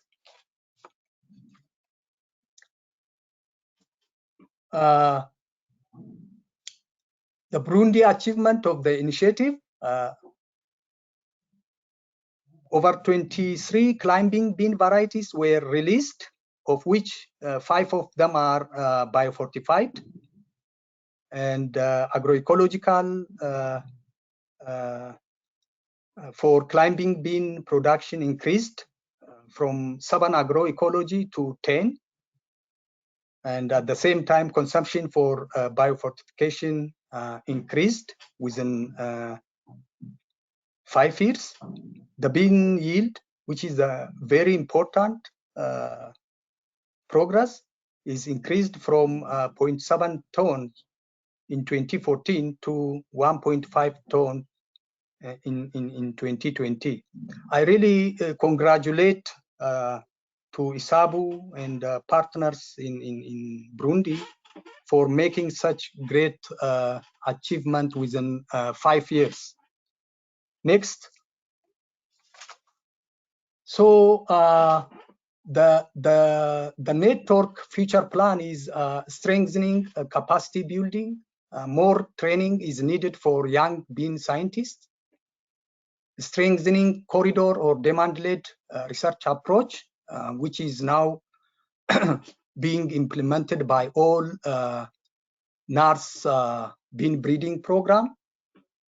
Train more women and use own agribusiness, and strengthening national research and scaling up. Okay, thank you. Back to you, Anwarit. Thank you, Teshale, for the very nice presentation. Now it's time for questions and answers.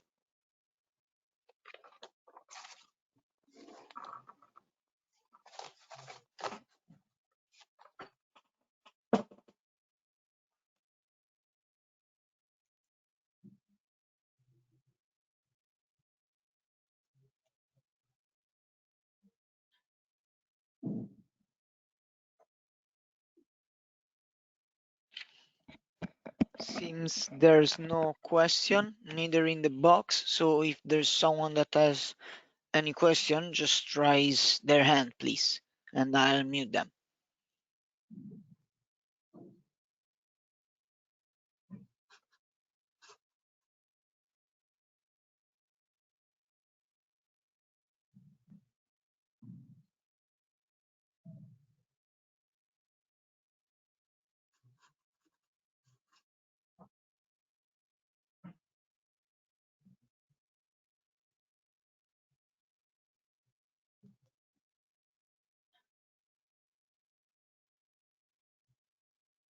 No question? Okay, Eric, there's a question from Eric. Please, I unmute yourself and ask the question, please. Very much. That was very nice presentation. We often hear about variety release, but not often about variety adoption. So is there a way to monitor how much of those released variety actually are grown? Do you monitor it? Yes, we do. we monitor the variety, the NARS releasing, and most of the varieties that are being multiplied for seeds are those varieties their age is less than 10, and those varieties which are older than 10 years, we replace them. That's why I mentioned demand-led breeding. You know, breeding is dynamics, demand is dynamics, and the market, farmer preference, all those are dynamics. So we follow that, and we have enough information on that. Thank you very much. That's very clear. Thank you.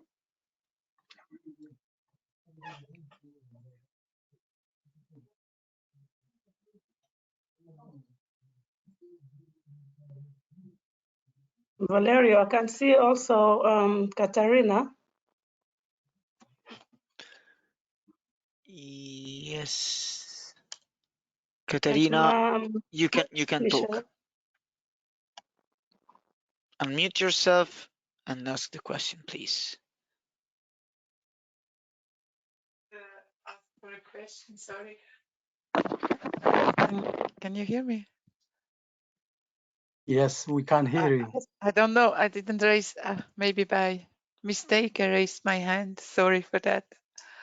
I have no particular questions at the moment. Just congratulations, nice presentation, and also very much happy with the results achieved in Burundi. Thank you.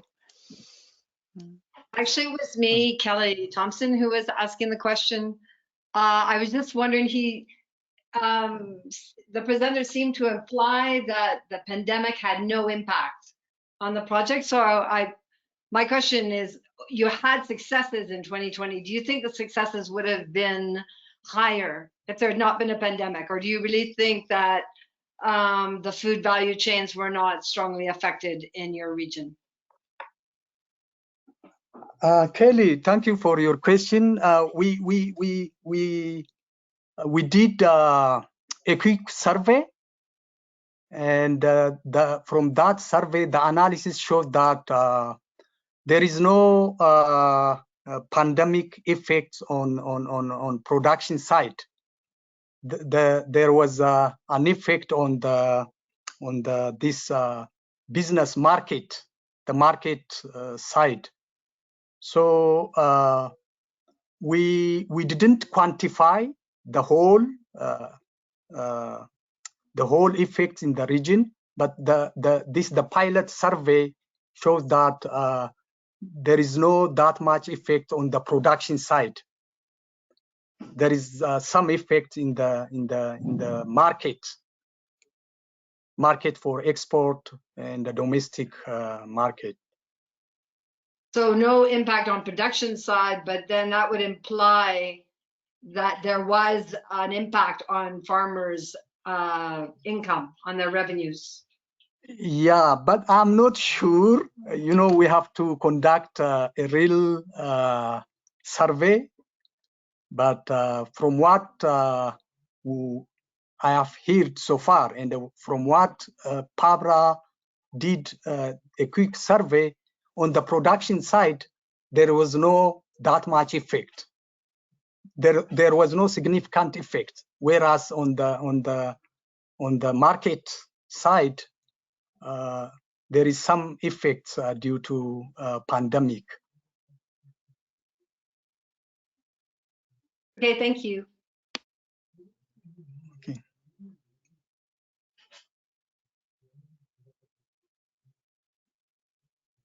Hello.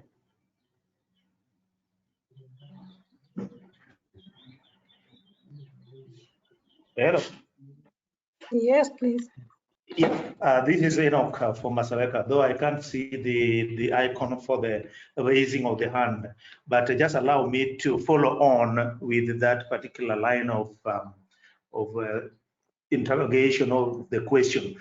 I agree that in as much as the quick survey didn't indicate an impact of the COVID on the production, I still believe that it may not, given also that the impacts don't normally just come after a year or so, but I still believe that this is an area where PABRA can still focus on and see, because at the end of the day, you are dealing with markets, both internal within the countries and also the regional markets across the border. And given that there were some restrictions in the movement of persons, this may eventually must have had some impact. So I believe that in 2021 going to 2022, this is something that PABRA may still need to look into and devise mechanisms on how best to circumnavigate that, because there may not be impact now, but honestly, there has to be some impact in the movement and the trade, as it were. Thanks so much. Thank you.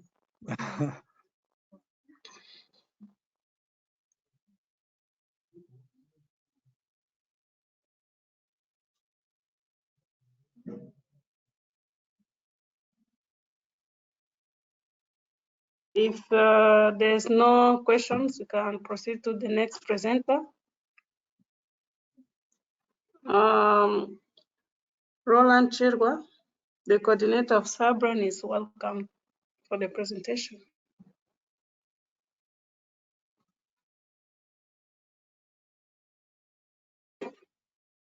Good morning, everyone. I hope I'm audible. Can you hear me? Yes, yes, Roland, please proceed. Okay, I'm going to share with you some of what we have been doing on Southern Africa Bean Research Network.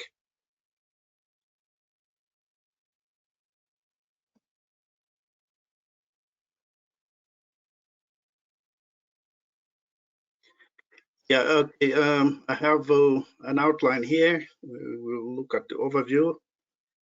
Notable achievements in 2020, some notable innovations that we could share related to variety development, scaling ICM technologies, seed supply systems, and end with some of the approaches that were put in place to scale some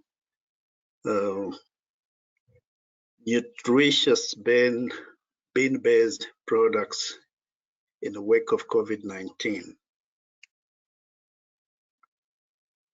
For those that are not familiar with the Southern Africa Bean Research Network, this is one of the 3 networks in PABRA, and it covers those areas or shaded areas in the map of Africa, and includes 12 countries listed from Angola down to Botswana, number 12. Now, Eliud did talk about the bean corridors, and so did the chalet. Now, the major grain type in the Tanzania bean corridor, which is in the southern part of Africa, is the sugar bean. But there are other grain types like red mottled, red kidney, small white, that follow the sugar bean in southern Africa. And the other ones emerging, the Kablangetti and the yellows, you find them on the market in countries like Southern Highlands of Tanzania, or Zambia, and some parts of southern part of DR Congo. So these are some of the grain types that we'll be looking at in the bean corridor approach within Tanzania. Now, having set the scene on the bean corridors, I would want to highlight some notable achievements this year.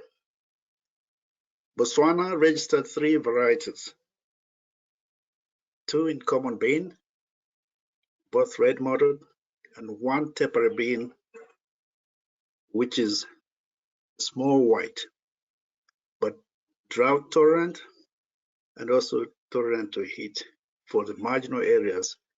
Eliud did mention about this variety.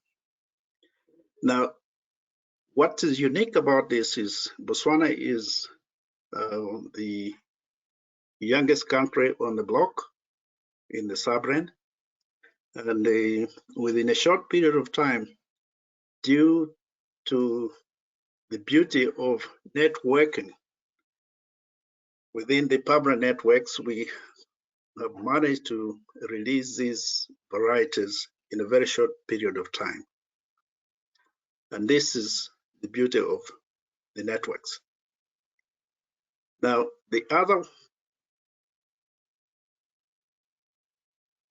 thing to note about this is Botswana, these are the very first ever bean varieties to be registered in the country. And in Zimbabwe, working through the corridor approach, we've been working with Zimbabwe Super Seeds, and using our partnerships, Zimbabwe Super Seeds was facilitated to register NUA 45 bean variety on the SADC regional variety list. And this is, again, the first ever bean variety to appear on the regional list. which will facilitate the bean trade for seeds across borders. And the third achievement that I would want to highlight is related to seed production. We've seen increase in certified seed rising from 3,300 in 2018, 3,700 2019. Now we're talking about 4,500 in 2020. And this is aggregated from 6 countries only. And these are the countries like Malawi, Zambia, Eswatini, now Swaziland before, Southern Islands of Tanzania, Zambia, and Zimbabwe. So these are the just highlights that I wanted to put up here, that we can say some notable achievements for the year. But next, I would want to delve into some notable innovations that I would want us to share. Through the bean corridor approach, we do work with the private sector. And one of the key in demand-led breeding is that we must be responding to market and consumer demands. And the corridor approach emphasizes that we need to have a lead firm that will be the driver. And the other key actors are providing the services around that to make it a complete value chain. Now, the dark red kidney bean is one of the products that is gaining demand. And currently, within Tazama, Malawi, Mozambique, Southern Highlands of Tanzania, Zambia, and Zimbabwe already have some varieties. But the export market requires a specific red kidney product, which when it is soaked in water, it does not lose its color, it does not fade. So we are engaging with the private sector in Zambia, Good Nature Agro, who are interested in this product and they want to move it forward. So teaming up with Zari and other members within the PABRA community, we have put together 36 dark red kidney bean lines, including some which we have evaluated in the lab that do not fade when they are soaked in water over 24 hours. The idea here is to see if we can get some of these products that can be adapted to the Zambia production conditions. And if we do get one, then the private sector, Good Nature Agro, is already there and they're part of the team in testing this. They even have their own site where they're evaluating the variety. Then it will be easy for Good Nature Agro to scale the product once we identify a product that is suitable for the market. And this is the approach that we are now looking at, how to engage the private sector in variety evaluation. Some of similar initiatives, which are even at advanced level than this, have already been initiated. And the idea is in future, maybe the private seed companies can have agreements with the ABC to access the bean germplasm, evaluate it, and register it, then they can market widely. So the scale for this goes beyond Zambia. It can be applied across the PABRA countries and even across crops. Now, the next one I want to share is working with the private sector to promote ICM technologies to improve bean productivity in the corridors. Zimbabwe is one case in point. I have a table there. There's too much information, but I'll try to distill it so that it is easy for you to follow. The first two columns are talking about the ecology, rainfall amount and distribution. First column is amount, second column is the distribution. And we have three categories of that. In the rows, you see average, average. It means amount was average and distribution was also average. Then the next one is amount was average, but distribution was poor. And the last one is good amount, but bad distribution. These are the kind of scenarios you find in the production seasons or in production areas in the same season. Then the third column is probability of occurrence in Zimbabwe. Particularly, we're focusing in the bean production areas. And the fourth column parameter, we're looking at the yield per hectare under those production conditions and the gross margins from the beans. Then we had 4 test technologies. Those are the last 4 columns: rhizobium, trichoderma, vermicompost, and adjusting planting date. If you compare the yield within each rainfall distribution pattern, you see that trichoderma yield seems to be standing out. And likewise, when you look at the gross margin across the 3 scenarios of rainfall distribution and amount, the trichoderma is giving the farmer a better gross margin. So what comes out from this is, if we're talking about farming as a business and we're helping the communities to improve their incomes, then we should be talking about promoting trichoderma as a biopesticide. So this trichoderma, over the 5 years that we've been working with the partners in Zimbabwe, the brand is T77 and is produced by Tobacco Research Board. Together with them, we managed to mount 198 demos, 17 on station and 181 on farm. And we've reached over 150,000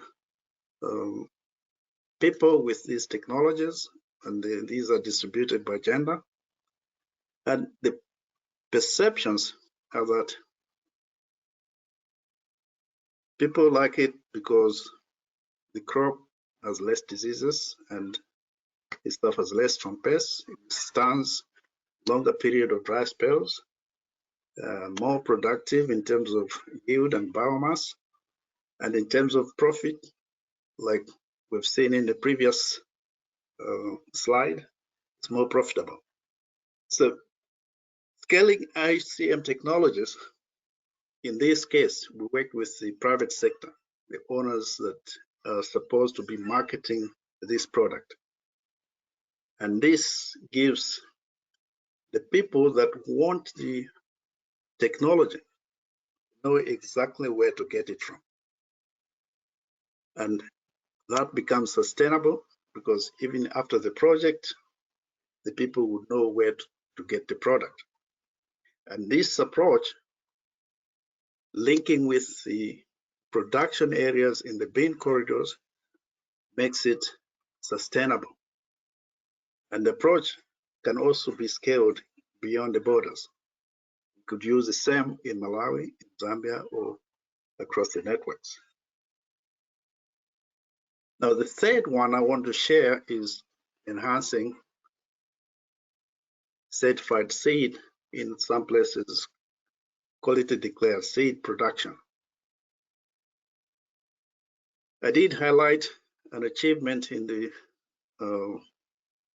slide I presented earlier, that in 6 countries, these are the 6 countries listed here now, and The data I showed there over the 3 years, 2018, 2019, 2020, is now shown here in this distribution. But what I want to highlight there is countries like Malawi and Zimbabwe. You see the quantities there are much higher than other countries. And we are alluding to engagement of the private sector into the certified seed production and distribution system to be the key. And because they can see that there's business in it. And these private sector are the corridor partners. Now, we'll look at it in more detail in the next slide. Now, the core area to focus on for the quantities of certified seed is the ability to generate early generation seed.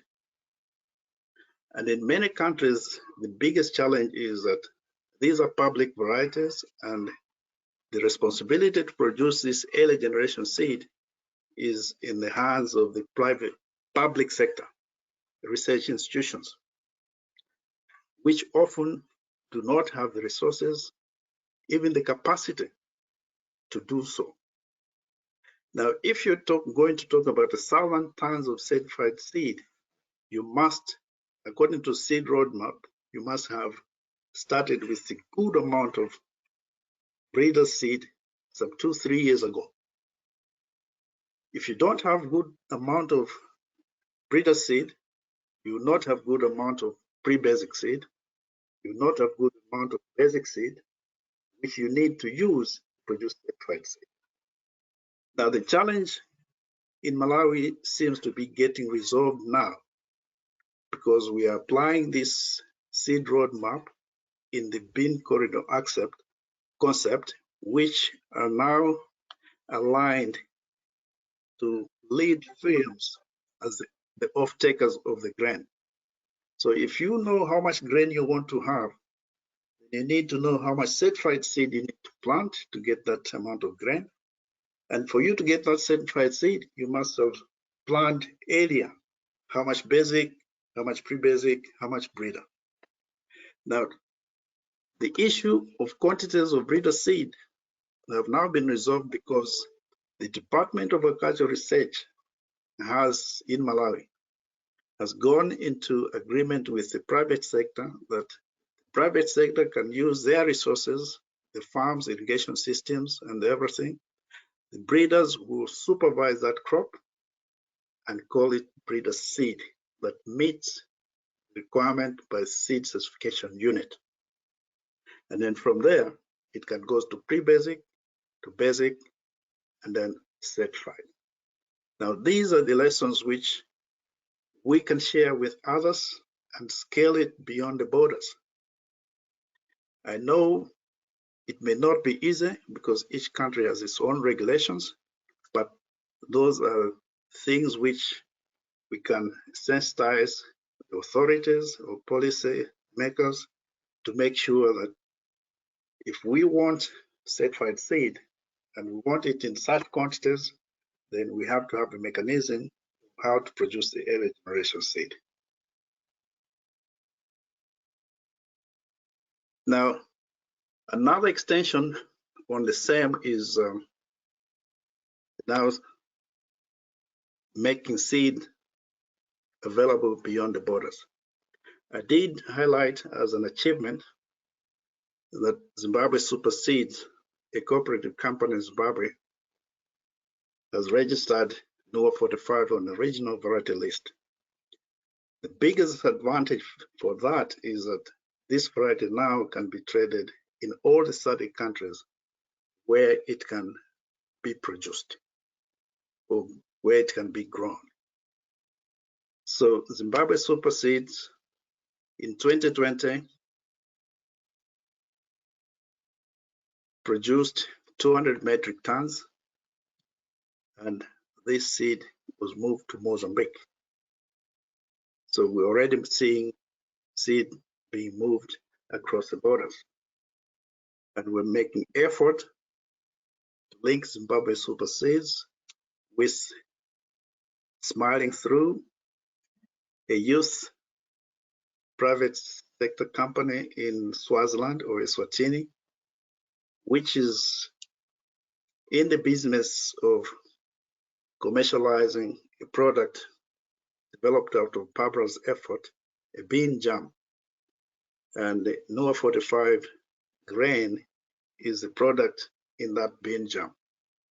The challenge is to get sufficient grain to produce the bean jam, but to get sufficient grain, they need to have sufficient seed.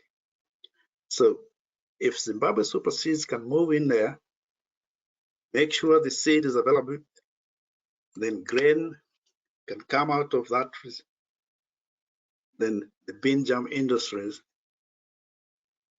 and the bean jam has been patented, and South Africa is interested to be producing.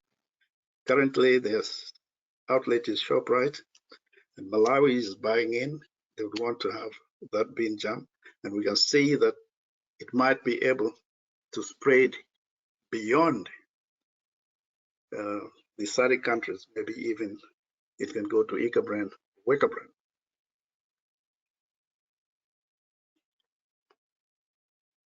Now, the last innovation I would want to talk about is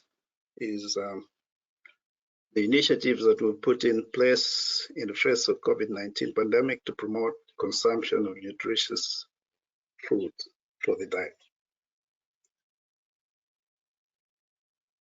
Because of the pandemic, there's been increased use or need to use virtual initiatives. And the team here in Malawi developed some virtual packages. And these were done in participatory manner with various stakeholders. We have so far done 12 short videos, 2 bean-based recipe booklets, posters, flyers, and leaflets on various topics related to nutrition issues. And these are shared using means like social media, WhatsApp, or using local TV stations. Some are preloaded in some tablets or even put on web space. This is one example. This is a product in local language, Chichewa. 07 means lesson 7. Kakonze Kudia means food preparation. So the lady in the picture there is a nutrition facilitator at the Balaka District Council. And if you were able to click on the link, you would get through the process of how to prepare a nutritious bean-based food product. So this is what I needed or wanted to share with you. But to finish off, what we are looking at in the future is to deepen and expand the corridor approach in the SABRC member countries. Currently, we have initiatives well in place in Zimbabwe, Zambia, Southern Highlands of Tanzania, and Malawi. We have started some initiatives in Eswatini and Lesotho.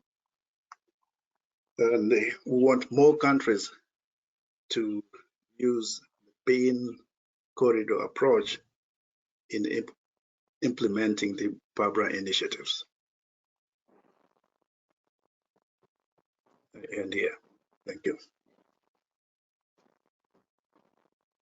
Yeah, thank you, Roland, for the nice presentation. Now it's time for questions and answers. Please, anyone who has a question, you can ask.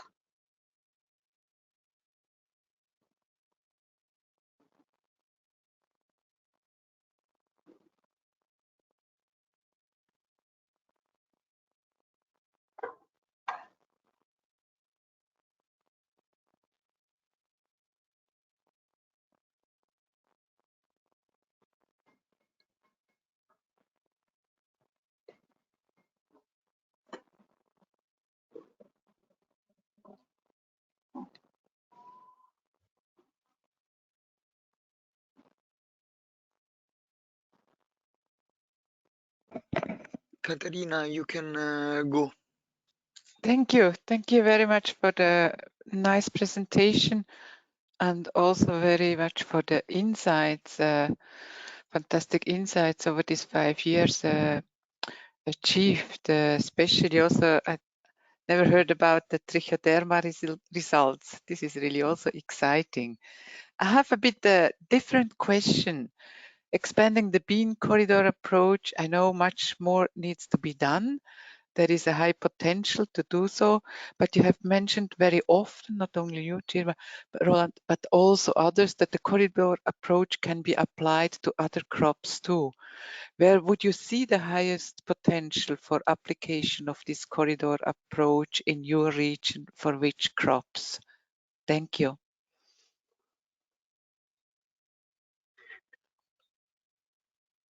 The crops that most legumes can easily fit in this scenario. Crops like groundnut, soybean, I can see that they have so many similarities with the common bean, but it can go beyond.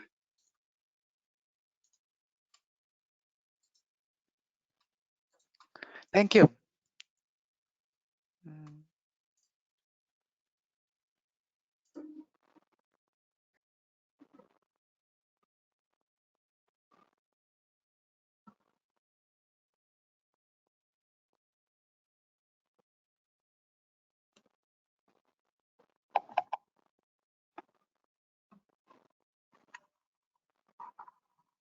Anne-Marie? Don't hand up function.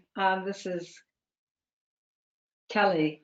I just wondered, you mentioned that there was a need to have policy influence in terms of registering new bean varieties. And I wondered, you gave Zimbabwe and you gave Botswana as one example where you were able to get a variety registered quickly, and also the Zimbabwe supersedes in terms of registering with SADC. I just wondered, in terms of next steps, what your plans were on the policy influence side.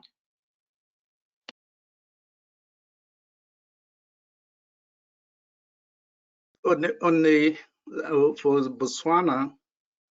I was alluding to the fact that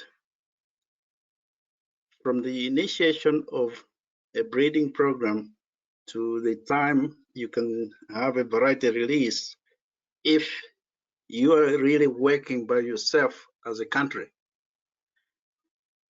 it probably would take much longer, because we've been now, I think, collaborating with Botswana. Maybe this is probably the 5th year active collaboration. But in that 5 years, it may be nearly impossible for many programs to be able to release a variety, particularly if you have one single crop season like in southern part of Africa. But because PABRA is there, you can access germplasm and all other complementary technologies, and even the systems of how to evaluate. Being part of the network, things become easy. So I was alluding that to networking as a very powerful tool in getting some of these problems resolved in a short period of time. Now, coming to Zimbabwe supersede, the SADC, I remember through some years ago, through FANA, had a program for the harmonization seed systems, where SADC member states had to harmonize the seed certification, seed movement, and even seed or variety registration. And in The ultimate result of that was the creation of the regional variety registration process. And the driver for that was to smoothen the seed trade across countries, which could facilitate even movement of seed from one country to another. So if a variety is on a regional list, it means it can be traded across all the SADC countries, as long as each of those countries has the production environment that is suitable for that particular variety. Now, what it requires then is who is interested to trade this particular variety across countries? Because the one who is interested is one that has to take the initiative to register it on the variety list. So for the first time ever, Zimbabwe Superseed, with our support in PABRA, in 2020, managed to register NUA 45 on the regional list. And this means that Zimbabwe Superseed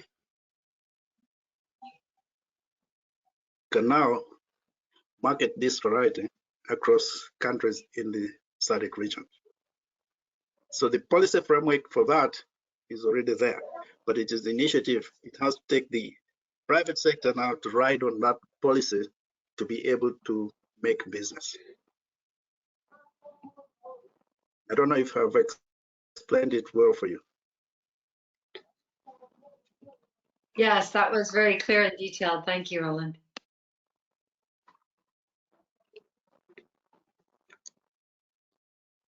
Okay, thank you. Now it's time to welcome Louis Butare. Louis Butare is the coordinator of the Wake Up Brand Network. Louis, you're welcome. Thank you very much. I'm waiting to see my presentation load on. Ready to start. Thank you very much, Amana and Lit. Good morning, everybody. My name is Louis Butare.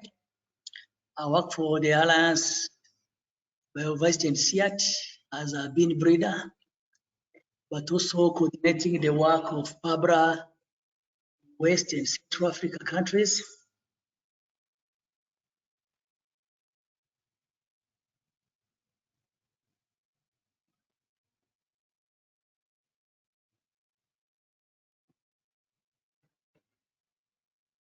I see my slide is not moving.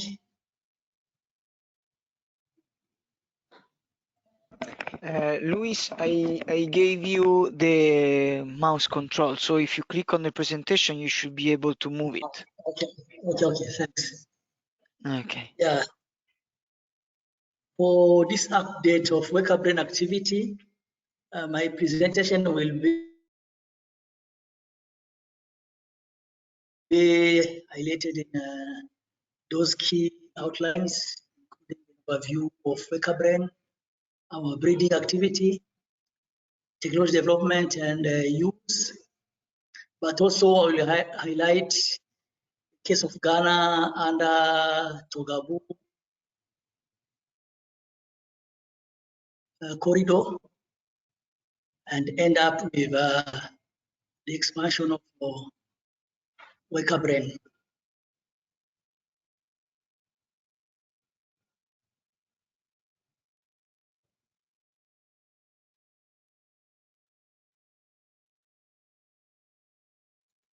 The Wake Up Brain is operating through 3 corridors, mainly Kamkoka, Semawi, and Togabu. Kamkoka is 3 countries only: Cameroon, Congo, and Central Africa. The leading country that is at a higher stage of corridor implementation is Cameroon, The second corridor is Magui, Senegal, Mali, and Guinea. Two countries are at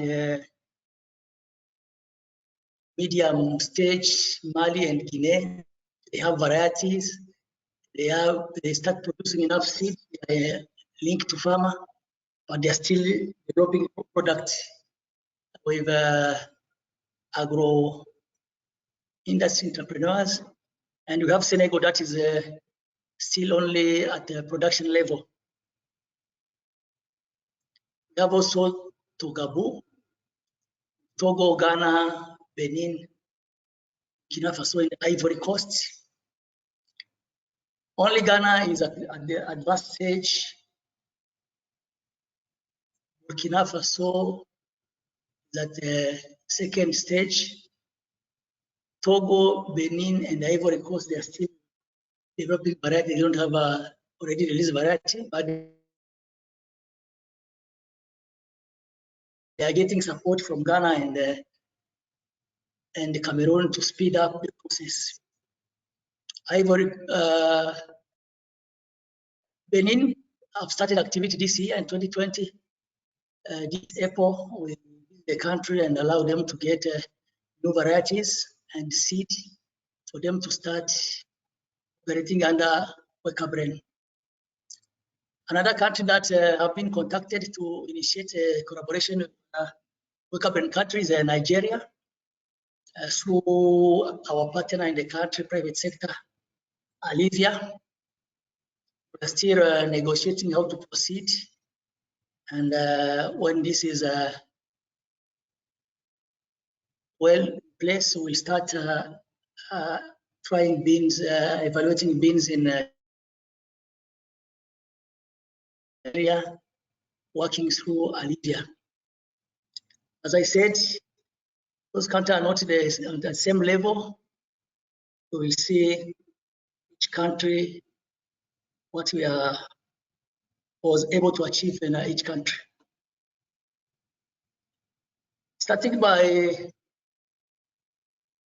breeding, in all PABRA country, we have two types of beans, bush bean and climbing beans, but mainly in all country, we adopt and promote bush beans.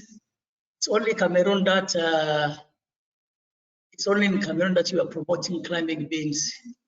Other road is still low, and due to severe drought, climbing bean will be very difficult to adapt. For seed type, we have both small and large seeded variety in all countries. But for market class, in all countries, PABRA is mainly, we promote mainly the red method. As I said, large and small. For the West Africa, we have also interest in the market of white varieties, both small and large. It's only in Cameroon that we see the interest of sugar bean and kaki.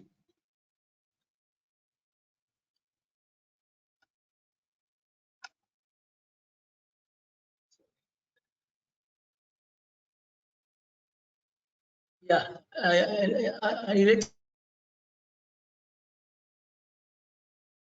relation of technology development, we start by sharing advanced activity that we have on releasing variety. Cameroon is the only country that have released variety 3 times. They have a very, very diversity in terms of variety, bean variety.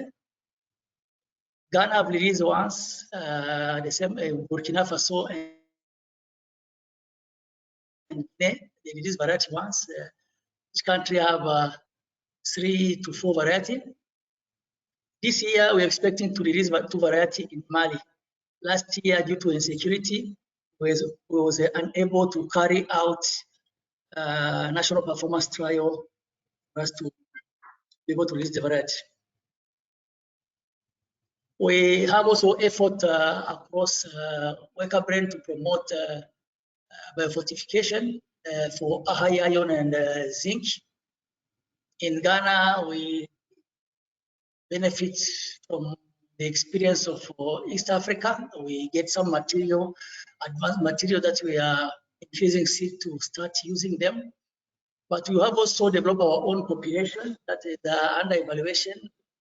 Just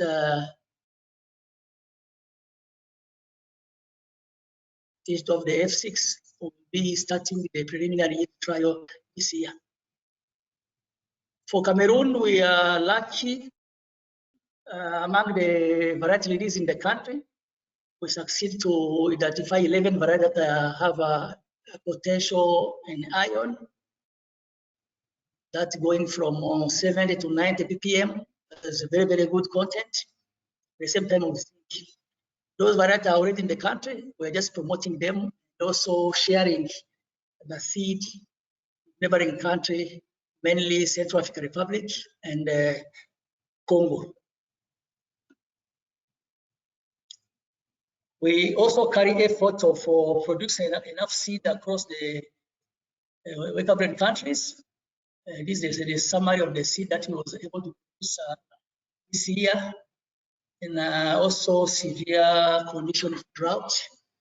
Succeed to activity this year for us to be able to move all country at the level of promoting business around being also developing product.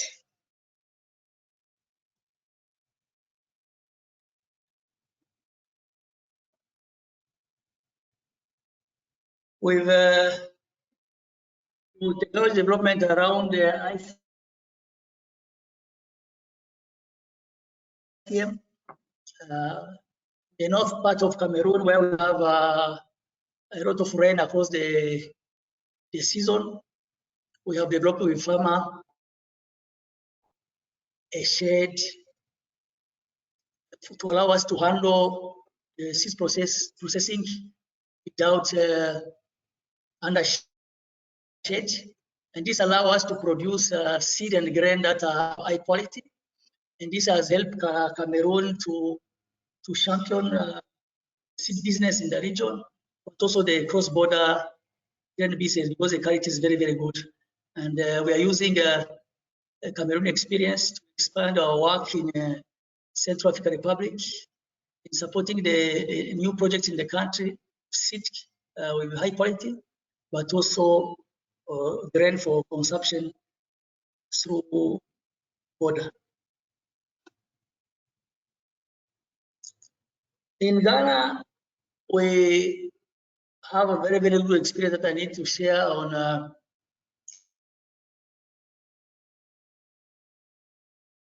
corridor approach.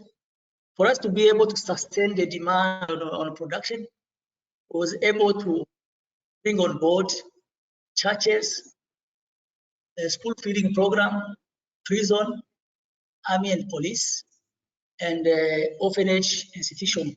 For us to be able to intensify for local consumption, but also for the high demand that we have for school feeding program. They're asking us to provide more bean, grain, and then by associating us to those strong institutions who have land, we expect for us to be able to move quickly and produce enough for the community.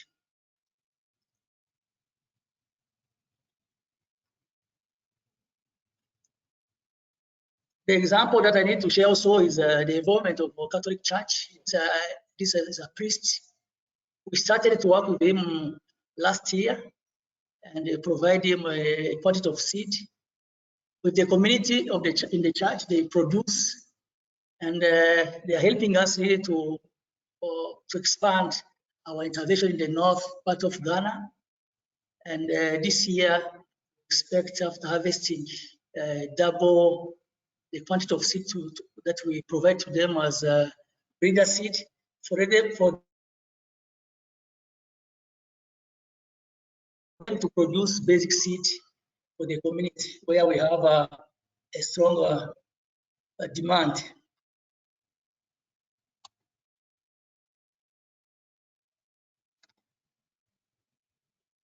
Yeah, we also partner with the women for us to be able to provide nutrition education and awareness. It is women that are organized under the Women in Agriculture Development, wider in Ghana, supervised by the Minister of Food and Agriculture. We are going across all nutrition center, preparing beans with them, and also teaching them about nutrition, how to get. And this also is something that is helping us to provide at the same time training, but also awareness of the crop. As in Ghana, beans is a new crop. This is the only way we have to be able to reach more farmer, and also for people to taste and be able to adopt the crop in an easy way. Our association with schools in Ghana, and at each exercise and training, we prepare local dishes that they have where they mix bean and rice. It has pushed the demand from school feeding program at high level. And today we are challenged to be able to provide enough seed for us to be able to provide a quantity. We have a contract with the school feeding program, but in the entire region, the demand is very, very high. We really need to focus on seed production and organizing a seed community for us to be able to supply enough seeds to the farmer who will be producing for this available market. So feeding program that is supported by the government of Ghana and other key partners. Another example of Ghana, we have in Ghana and Cameroon as two countries that are advanced in implementation of corridor, is associating with agro-industry.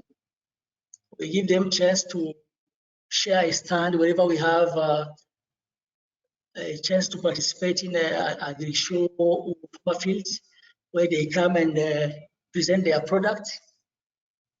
And when people test those products, also a chance for awareness for the industry, but also for us to be able to promote our new variety.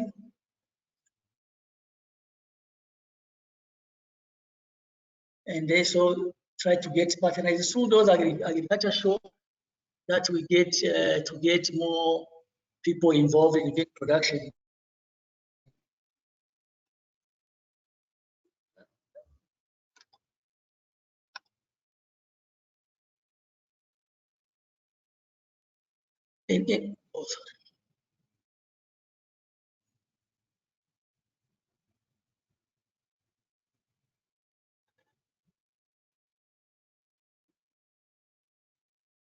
In Ghana, we are lucky to start a negotiation and collaboration with three agro-industry: Premium Food Limited, M&B Company Limited, and St. Bosa Agro-Processing.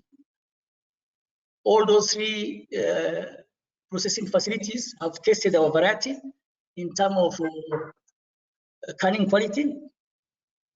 Now we are starting producing in their own farm beans together for them to be able to start organizing the community, produce enough quantity for the processing. At the same time, also we are working with small scale SMEs, where women just produce flour from beans to be able to put in to use as a by the community.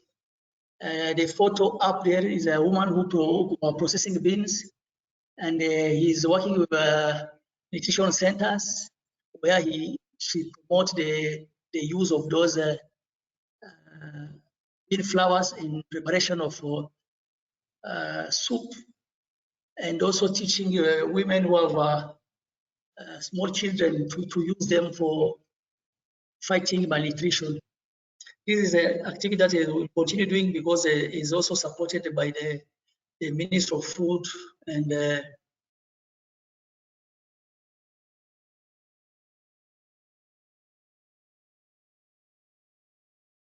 Agriculture. To end my presentation, I need to, to expand activity in West Africa, as we are also continuing our negotiation with Nigeria to see how we can start activity. Here, as I said, we visited Benin. We assessed the facility that they have in place at the University of Abomey Calavi. And also, because we travel by road, we were able to ship seed variety, bean variety for evaluation, but also enough seed for our partner in Benin to start producing for the community. But also, we are also planning to have a new project together. We are developing a proposal for us to be able to start in activities this year with energy. And we also have the blessing of the dean of the faculty.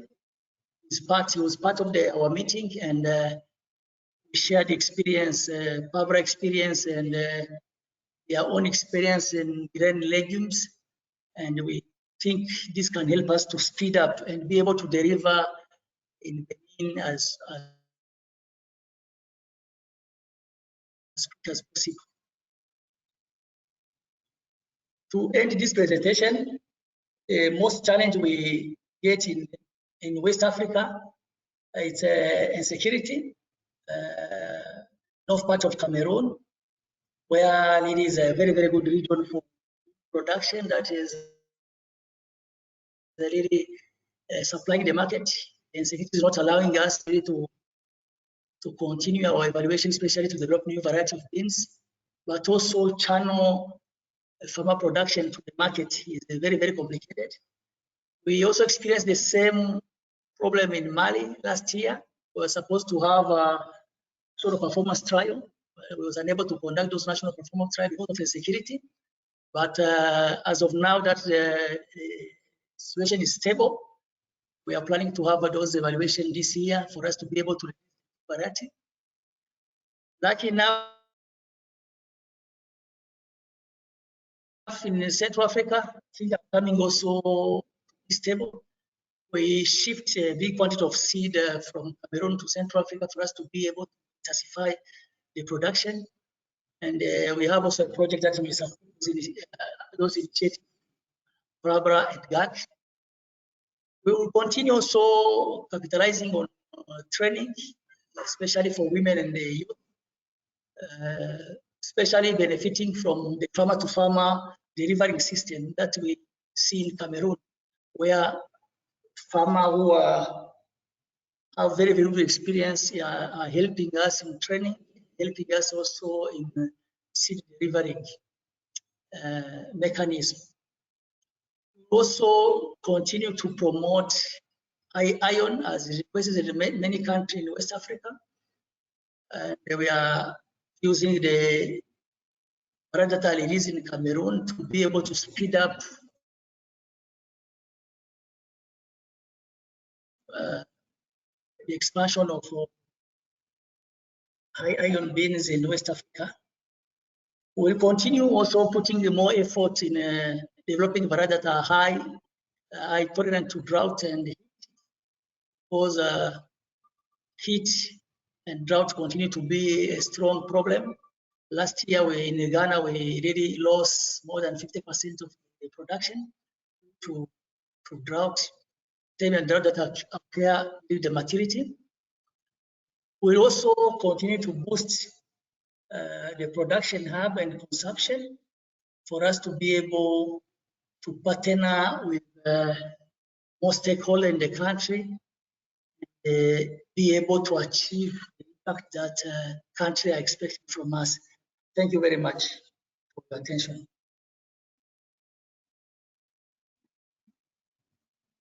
Thank you. Are you getting me? Yeah. Thank you, Louis, for the nice presentation. Here we have 2 questions from Eric. He asked about question 1, does PABRA monitor the adoption of the released varieties? Question 2, releasing is good but not enough. It's not a question. Louis, you can ask this question. Does PABRA monitor the adoption of the released varieties? Yeah, thank you very much. Yeah, we work together with our NAS partner in the countries, and for after each season, we assess the seed production and variety adoption, and then we decide on which variety to capitalize on and which variety to make more effort, and where we need a new variety, where country experience can be shared. Because you see, the crop is new in West Africa. It means each time after each cropping season, as the whole network, we assess together what he was able to achieve, and we plan together where to put effort, which country to support, which country to take at first level, at the second level to the first level, the third level to the second level, and then we can support each other. It means for us, monitoring is very, very important for us to be able to advance as a network. We capitalize on this activity of assessing what we have, assessing where we need to put effort, and which variety need to be replaced, which variety need to be scaling up at large scale. It's what we are doing every season. Thank you very much.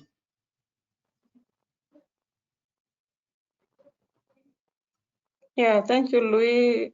Is Eric satisfied? Because he's asking, it's good that you are releasing varieties, and what the way forward after the release? Okay, thank you very much. I can add something to that. Normally, when we are releasing variety, you know, we are proceeding by selection, variety selection, participatory variety selection. It means we are working together with farmer to identify what is fitting their market, what is their food habit. After releasing variety, normally we develop those variety with our partners. We start strongly dispatching those variety to the farmer, and then follow up to link them to the market, especially the cross-border market, also industry market. We work with them to identify those opportunities together as we are giving variety to them. Each time that we have a variety that is in the hand of the farmer, first of all, the farmer use them, but also we work together with them to continue identifying opportunities on the market, what they have already, but what can be the new opportunity. In many countries in West Africa, we are partnering with World Food Program for them to use the beans in their feeding program, but also to use the beans to constitute the market for the beans for farmer. For example, the case of Ghana, we release variety. We are giving the variety to processing facilities for them to test those varieties to see which variety they can start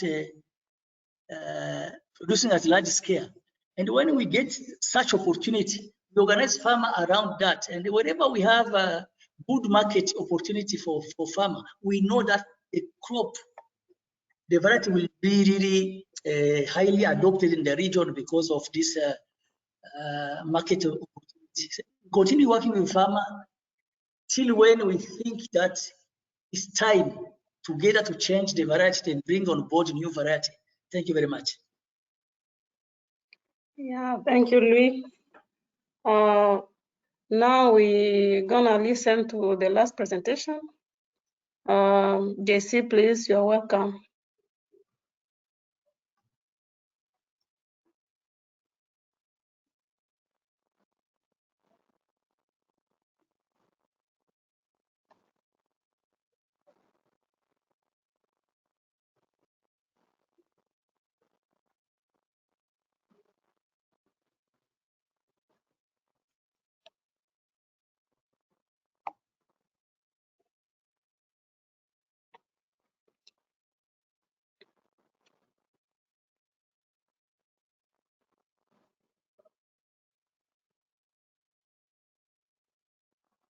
Can you put it on presentation mode?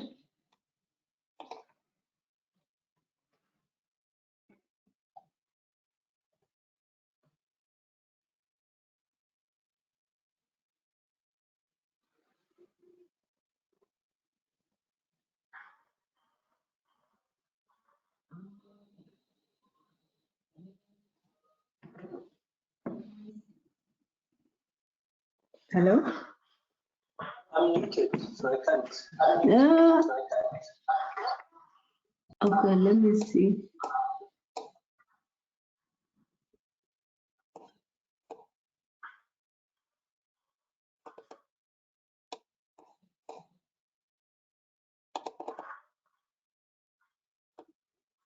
Okay. It's okay now, yeah. Good afternoon or good morning, bonjour for the West Africans and other Francophone. Yeah, so I'm between you and your lunch, so bear with me, but I will not take much of your time. So I just want to discuss with you how do we see PABRA through the new CGR arrangement, but how do we play a role? So I think most of our results have been talked about, approaches. They're very, for me, I think they're very excellent. They're really very good results.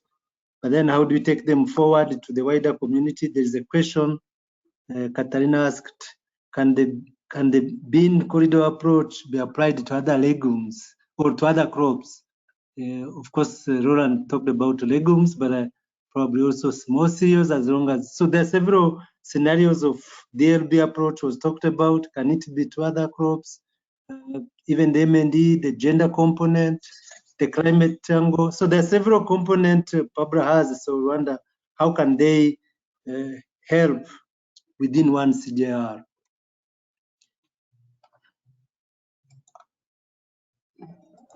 Right.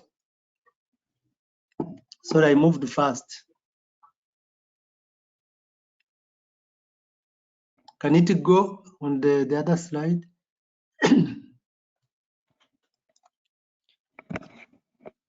Oh, how do I come back? Use the arrow. Go back with the arrows. Yeah. Okay, good. Yeah. Just click one time and there's a little delay. Okay. Right. So yes, if I think this map has been shared with my colleagues. So 3 networks bringing in more than 500 now, 40 partners of various areas of interest from farmer organization, NGOs, private sector. We heard about them.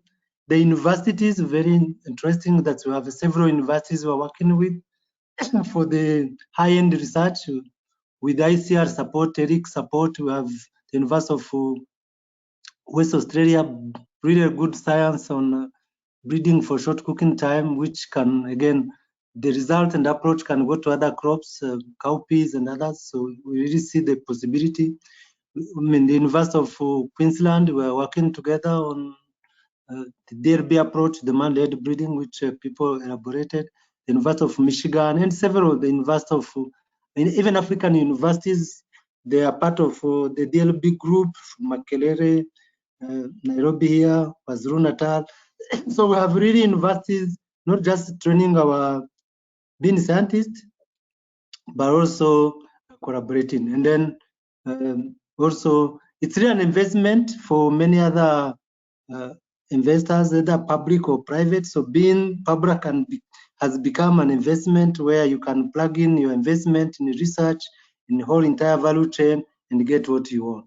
So, and PABRA is facilitated by the Alliance, is not owned by the Alliance, as you could see, is owned by all these partners. Alliance is only a facilitator. So why PABRA? How did it happen? And how did so? It was established in 1996. That's quite some time, more than some of us were born. Not me, but many other in this audience. So again, objective is to enhance food and nutritional security, incomes, reduce poverty, of course, women empowerment, and now even youth, and then but through research and capacity building, networking, partnership as well of beans. So we started with the beans, but we have also evolved to see how beans, from just research alone. I remember when we started probably with looking on the just crop in the field of research station, bit of inviting farmers, women farmers in Rwanda to look at this, but not beyond looking on the entire value chain of grain and market. So now we have really moved from that to it has gone through a lot of evolution, which I don't present here, but through a lot of evolutive process till where we are. So we are now focusing on bean value chain and how to improve bean production, trade, consumption for the benefit of urban and rural consumers as well, so that they can really improve on their conditions. So it really contributes to several SDGs of the UN SDGs, which are around 8 of them, even more if you want, yeah, including poverty, alleviation, hunger, nutrition improvement, women empowerment, quite a number. So how is the governance of, which has not been talked about? If you look at the governance of PABRA, start from the national program, they are the owners of what is going on at the country level. That was very obvious during our discussions that we were locked down, some in our countries, but the activity continued because at the country level, we had finished the work plan in October 2020, early January, when the lockdown started. So what we did was just continue interacting with them because the work plan came from the national programs. They knew what they need to do. So what was remaining was probably sharing resources and continuous engagement, and then they carried their work. So as when COVID started, nobody could move. I think for 3 or 4 months, we were immobilized in our country. But the national programs were allowed because the agriculture was prioritized in their countries. And then they work with the private sector, they work with NGOs, the work happened. So the national program, they are the key, working with the other partners in each country. And then for each region, we have a steering committee by the network. So we have 3 networks, they meet and then look at what the national program are put together.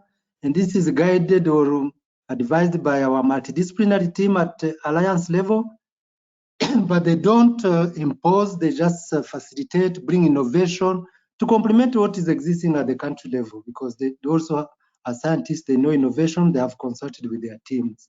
And then once the networks have finished their work plan, and then it's rationalized, and then we share with the donors, which will be done tomorrow, and then is approved.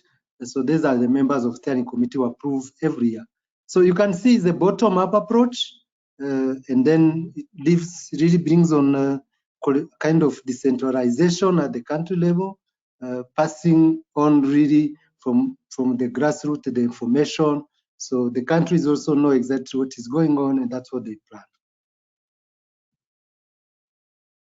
So again, if you look at the governance of PABRA and its mode of operation, it comes from our vision, which is resilient bean-based food systems that improves people's health, incomes, and access to food in an environmental safe and gender equitable manner. So that's what really we have as a mission. And then you can see how PABRA is organized.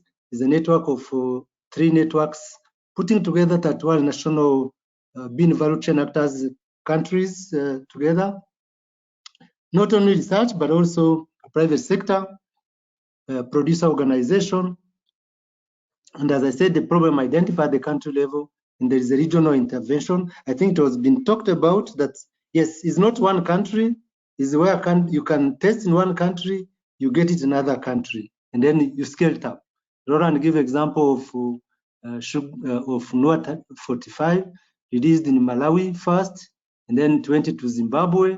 The company picked it up, released in Zimbabwe, picked up by a company, which is now already registered with the catalog, and now it goes, I think, how many countries? 6 or 7 of SADC. So Teshari give example. So it's the same of how these networks, they really help economy of scale. They share information. You don't train one people, you train across the networks. So Burundi does not have an active breeder who makes crosses. Burundi gets material from Rwanda, Congo. They are now starting now, and even Kenya. They test for a few years. It moves fast. It was the changes we have seen in Burundi is because of regional networking. Botswana was an example. So you can see that these networks helps really of economy of scale.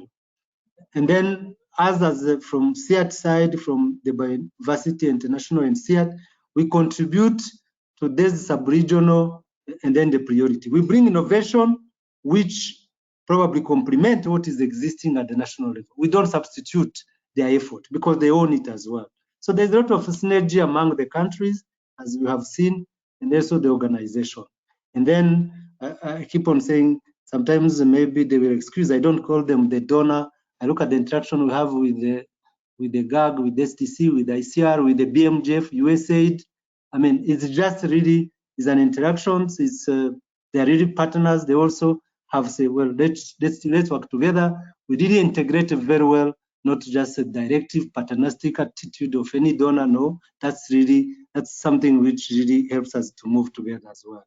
So there's a transparency in our operations in such a way that also the national program feels yes, because the work plan comes and then is discussed at the country level, at the regional level. So there's really a lot of transparency. And the countries also, they share. They say, me, I'm able to do ABCD. It's only probably the breeders didn't go to the details, but the country also share responsibility in breeding this different germplasm, and then they can share rather than starting from scratch. Yeah. So it's highly coordinated so that we have common objectives, common goals, and common indicators so that you can say at the region have achieved this. So it really provide this coordinated research and development platform, which is also an investment platform. That's why you can see private sector, like what we heard in the morning from Shobozi's side, getting to the bank, borrow money to invest in beans because there is a product. So again, any investor, public or private, comes in and can chip in as well. So if I can really illustrate the investment platform, we look at the government investment and support. One thing I think, again, which we have learned is that though there's some good donor support, but the countries, in terms of salaries, infrastructure, logistics, they support themselves. So what we share from the donor, which is very important, helps for operation. But that is a big contribution from the government side. So they pay their own staff. PABRA does not pay the staff at the country level. So that is really very good investment, which we say the government is committed to make this happen as well. And the donors are, again, supporting all of us, operational funds, supporting this to happen, supporting our work. So quite a number of donors. And then we have a private sector now, which has started really coming up very well around elaborated, maybe as a result of this corridor as well, which we just started, I think 3 or 4 years ago. But you can see private sector getting interest, and then the NGOs as well. So all this is characterized by research-enabled bean value chain development, and then we can achieve impact. So we will not achieve impact unless you have right products, which is generated by research, but also these other investors from public investment of government support, the donors who are very key, and as well as the private sector and NGOs, and then farmer organizations and sub-regional organizations. All this, you cannot achieve impact unless they work together, and that's what PABRA offers as well. So if we have this under beans and we have been able really to, we still have challenges, that's obvious, but what can we do for one CGR? If you look at one CGR also, the more or less the objective, which you can see in the next slide, it's also what they want to achieve. That's kind of ownership, change in terms of impact, livelihood, and all that as well.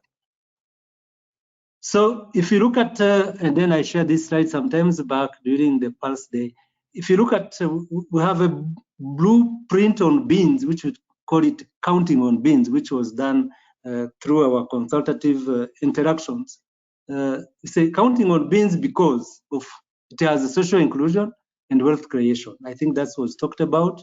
It has a nutritional benefit, very obvious. We talked about in Kagera, I think yes, they give an example in Nicaragua, the health benefit, beans have several other health benefit, employment opportunity was talked about, environmental sustainability, beans are less damaging to environment, that's very obvious. Industrialization is coming up, and you talked about it, how other products are being processed, and then we can now talk about trader foreign earning. So we're talking about money in the country, and also Ethiopia get 150 million US dollar per year. Tanzania probably also the same. Even Rwanda has started to export, Kenya does. So we can see that there's local food production, local food consumption, but also countries can capitalize on it and improve. So if you look at one CGR impact area, we're talking about climate adaptation, greenhouse and gas reduction, which again beans are short duration, they're adapted to the climate. There may be some sensitivity, but short duration, 60 days, with a little irrigation or with a rain-fed well, timed well, you can harvest. So beans have less greenhouse gas emission.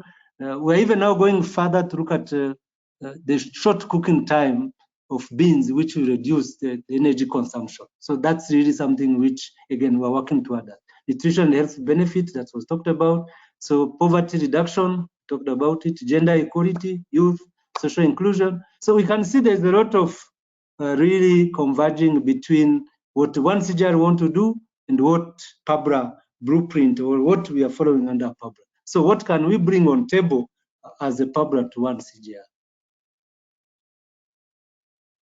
So one area we're thinking is expanding the bean PABRA experience to other commodities under one CGR. So the legumes particularly, I think Roland talked about it. And we see this, we can leverage donors and government investment across crops. So rather than working on one crop, because in the same area, so you can really leveraging this investment rather than, because there's a lot of similarities. And also legumes crop are under one or managed by one component of NAS. So if you go to Ethiopia, Brahanu and his team, they are in lowland pulses. So that means beans, pigeon pea, green grams, cowpeas. So you can see there's a complementarity that's happened. The same with the Kenya here. Karanja also has a range of crops which pulses, which goes with the beans. Democratic Republic of Congo, the same. So even Burundi. So if you look at this, there's a possibility to really leveraging experience of PABRA across legumes very easily. So these are examples of what I can. And this really will help CG to implement a similar project initiative rather than going there tomorrow for cowpea, going there for beans. And so that's something which I think we need to help as well. And this will bring efficiency and synergy. And also somehow the CG centers have physical presence and share facilities in some of these countries. And we can now learn together, influence each other across crop without any problem. And the private sector particularly, which are the driver for all these interventions, and farmers' interests, they're interested in crop portfolio diversification. So me coming from background of smallholder, so you don't grow beans alone, you grow beans with other crops. So that's again and the trader is interested in many crops, seed companies are interested in several crops. You can see how we can help all these crops and the users and even nutrition. So it's a food basket based, not just individual crop. So that's something which experience of PABRA can help other crops, and we are really ready to support. So as a result of what is going on under 1CG, there are several preconceived initiatives which have acknowledged PABRA approaches, and they have recommended it so far. We don't know how to evolve, but at least they have said what PABRA is doing is great. We can build on it and change other crops. 3 of them, I think 3 out of maybe 30, they have acknowledged. Others we don't know. We have yet to consult. So, but then PABRA has been a multidisciplinary team and is still very varied. To achieve what we have achieved is as a result of this multidisciplinarity, multi-actors approach. So how do we fit in 1CG is one probably need to discuss further. So we are seeing that there are 2 possibilities or 3, which again we can discuss further. As I said, this is not really something we have an answer yet, but for us, we are seeing some 2 possibilities. One is that we can continue carry bilateral, being research enabled bilateral and regional initiative in various areas of inclusive and sustainable economic growth. The example we have is Burundi. Burundi, I'm sure if somebody has put up a heavy investment in rural development, improving beans, focusing on big area, he may not have achieved what Burundi in 5-6 years we achieved. When we went there 2015, many people didn't believe, even us internally, because the tension was high, the situation was not good. So we were wondering, what are we doing in Burundi? But then we said, let's go to Burundi. We just plan with them, let them run their business. They'll do what to do. 6 years later, Burundi, in terms of beans, has tremendous change, has really changed. A kind of transformation. If you look at the data they have and what also, if you talk to people, they really big change. So that means that we're asking the donors, if you have a bilateral program which need research component, or you think research can enable your initiative to go on, call upon PABRA, we can help. The example of Zimbabwe, Roland really elaborated on it, that is the same. So Zimbabwe again was in similar situation as Burundi. Beans were really underdog crop. Nobody was interested that much, but when they put up industry together with the farmers, with other actors, beans are up. So that shows the approach of PABRA can work across crops. But then we're asking the donors, if you have a bilateral program and you want to improve, this where you can call upon PABRA to support that effort. And then under 1CG, again, is under discussions. We don't know how the structure will look like in terms of flowing of resources, but again, it's under discussions. But we hope again our PABRA approach will continue, though we may have different initiatives which are more or less like standalone pillars, but we hope maybe with the time, or it will be very clear how all these initiative comes together, so we don't have a breeding one side, seed system one side, socioeconomic one side, market one side, nutrition one side, and they are not coordinated. So we hope that will happen, and then we can go ahead. So I don't have an answer, but these are some of maybe question I can, or some thinking we can put aside. Maybe we can discuss further tomorrow when we meet with our partners, funding community. Then something we can take is not, we don't need an answer now, but we can take some discussions and open up for other avenues of discussions. So that's what I wanted to share with you. Thank you for your attention.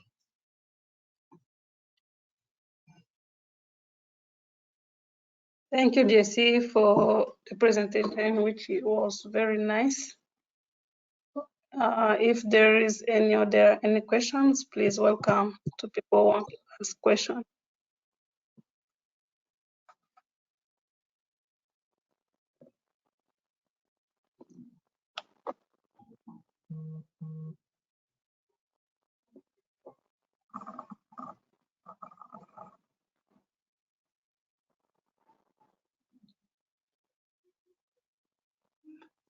So, Norit, I don't see the chat. If there's any, let me know.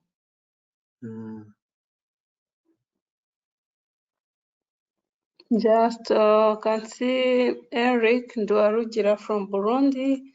He said, thank you very much, JC, for your nice presentation and update to Burundi. Together we'll achieve more. The country appreciates too much the support. Now bean is a cash crop and the quantity produced according to the statistics has more doubled compared to 2014. Okay. So it's more of a comment, yeah. Thank you. I mean, it's again effort of Burundians. We just support their effort. The government invested, doubled the personnel. We used to have 1 or 2 researchers and a few technicians. They doubled them. They broadened their partnership. They were not working with the private guys, small or big. They're not working with NGOs.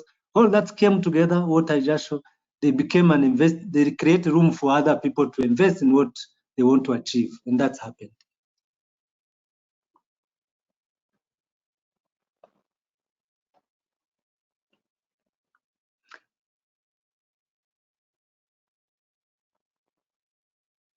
I'm not seeing any questions, so All right, Patricia. that's fine.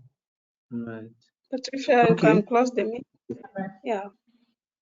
Thank you so much, Anorit, for a wonderful moderation in the session since morning. JC, I would like you to please introduce our colleague who will be closing the meeting to share closing remarks. Okay. Thank you, Patricia. Thanks everybody again for your active participation. For really, beans are always a very interesting crop, and then so yes, we, as I said, this is owned by several national programs leaders as well. So we are lucky to have Joyce Malinga. Joyce Malinga is the director of Food Crop Institute in Kenya. You can really see how several other countries are also on board and they are listening. So we request her to give a vote of thanks today. So tomorrow we'll have closed door meeting discussions with the network chair people, with the sub-regional organization, also with the donor funders as well. Yeah. Otherwise, many thanks for your participation. You have been very active, and we're really very lucky to have you. So, Joyce, also, the floor is yours. Thank you. Excuse me. Eric Hartner has a question for JC. Okay. Before we listen to Joyce, yeah.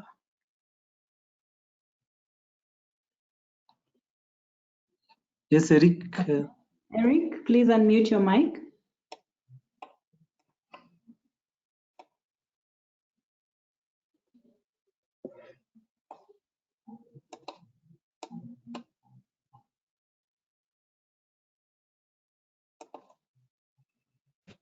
Eric, please proceed. Thank you very much.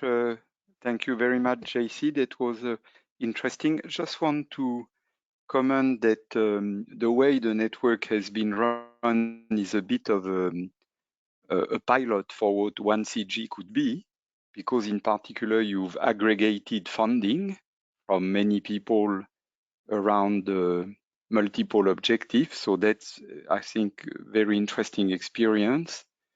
And thanks to your talk, I had not realized that the way you manage multidisciplinarity is actually, again, a pilot of what the CG could do. But now there's a risk that if you fit within the new structure, you may have to break some of this integration. And so I think we need to warn people about the need to avoid creating new, bigger silos than they had many small silos. And you've demonstrated that you can operate in a more integrated manner.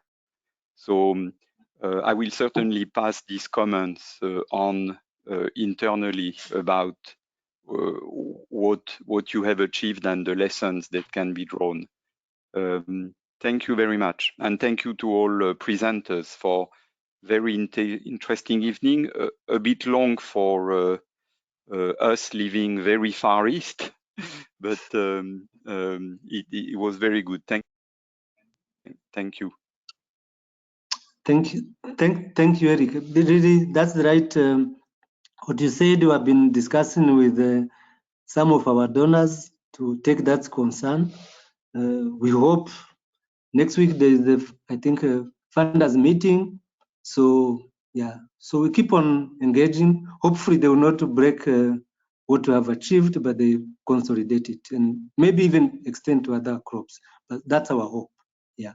Otherwise, many thanks. I mean, we can really imagine how many 8 hours now. So ahead of us. So we really appreciate, and we hope tomorrow you also be there because we can again still discuss and find some of the next steps for these discussions. Thank you, Eric. Yeah.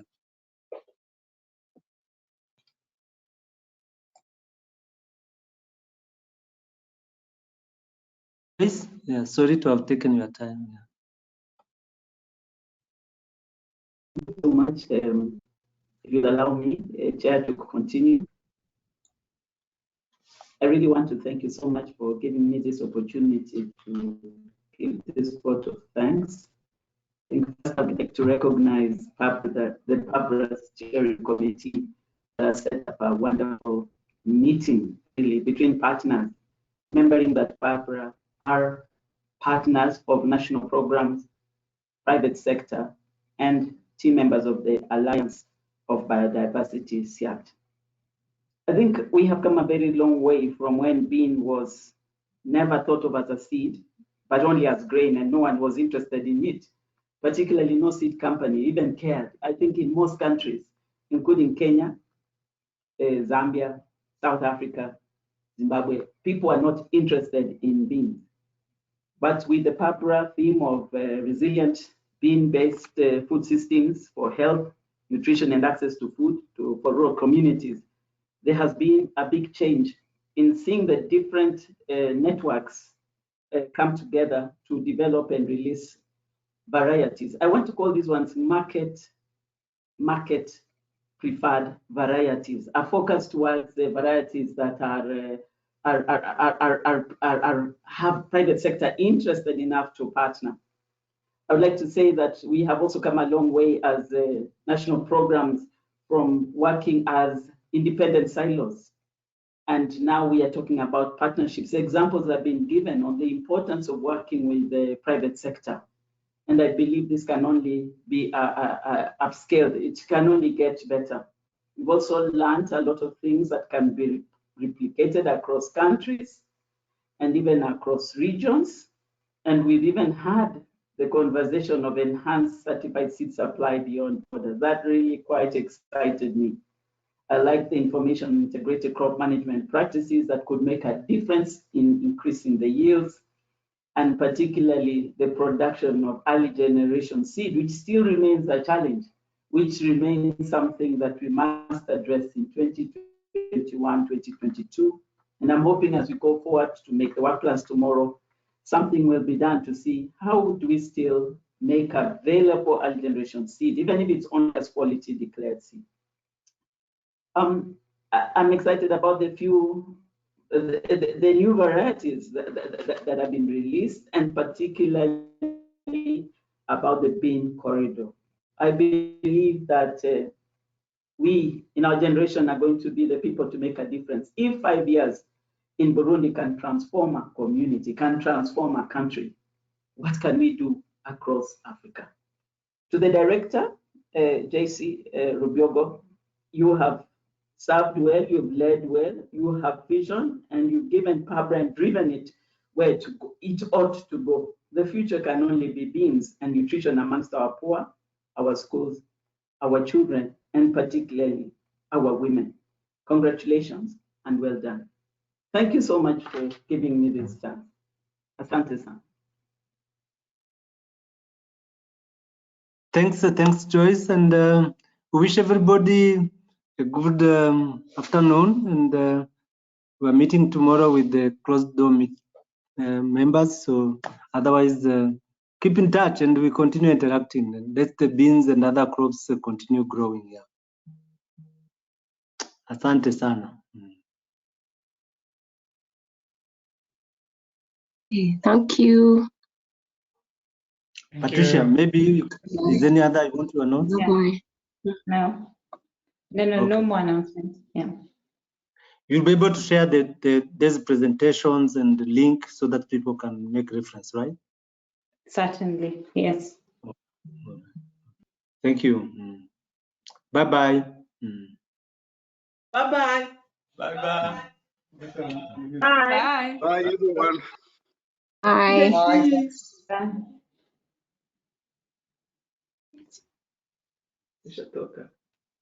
Bye.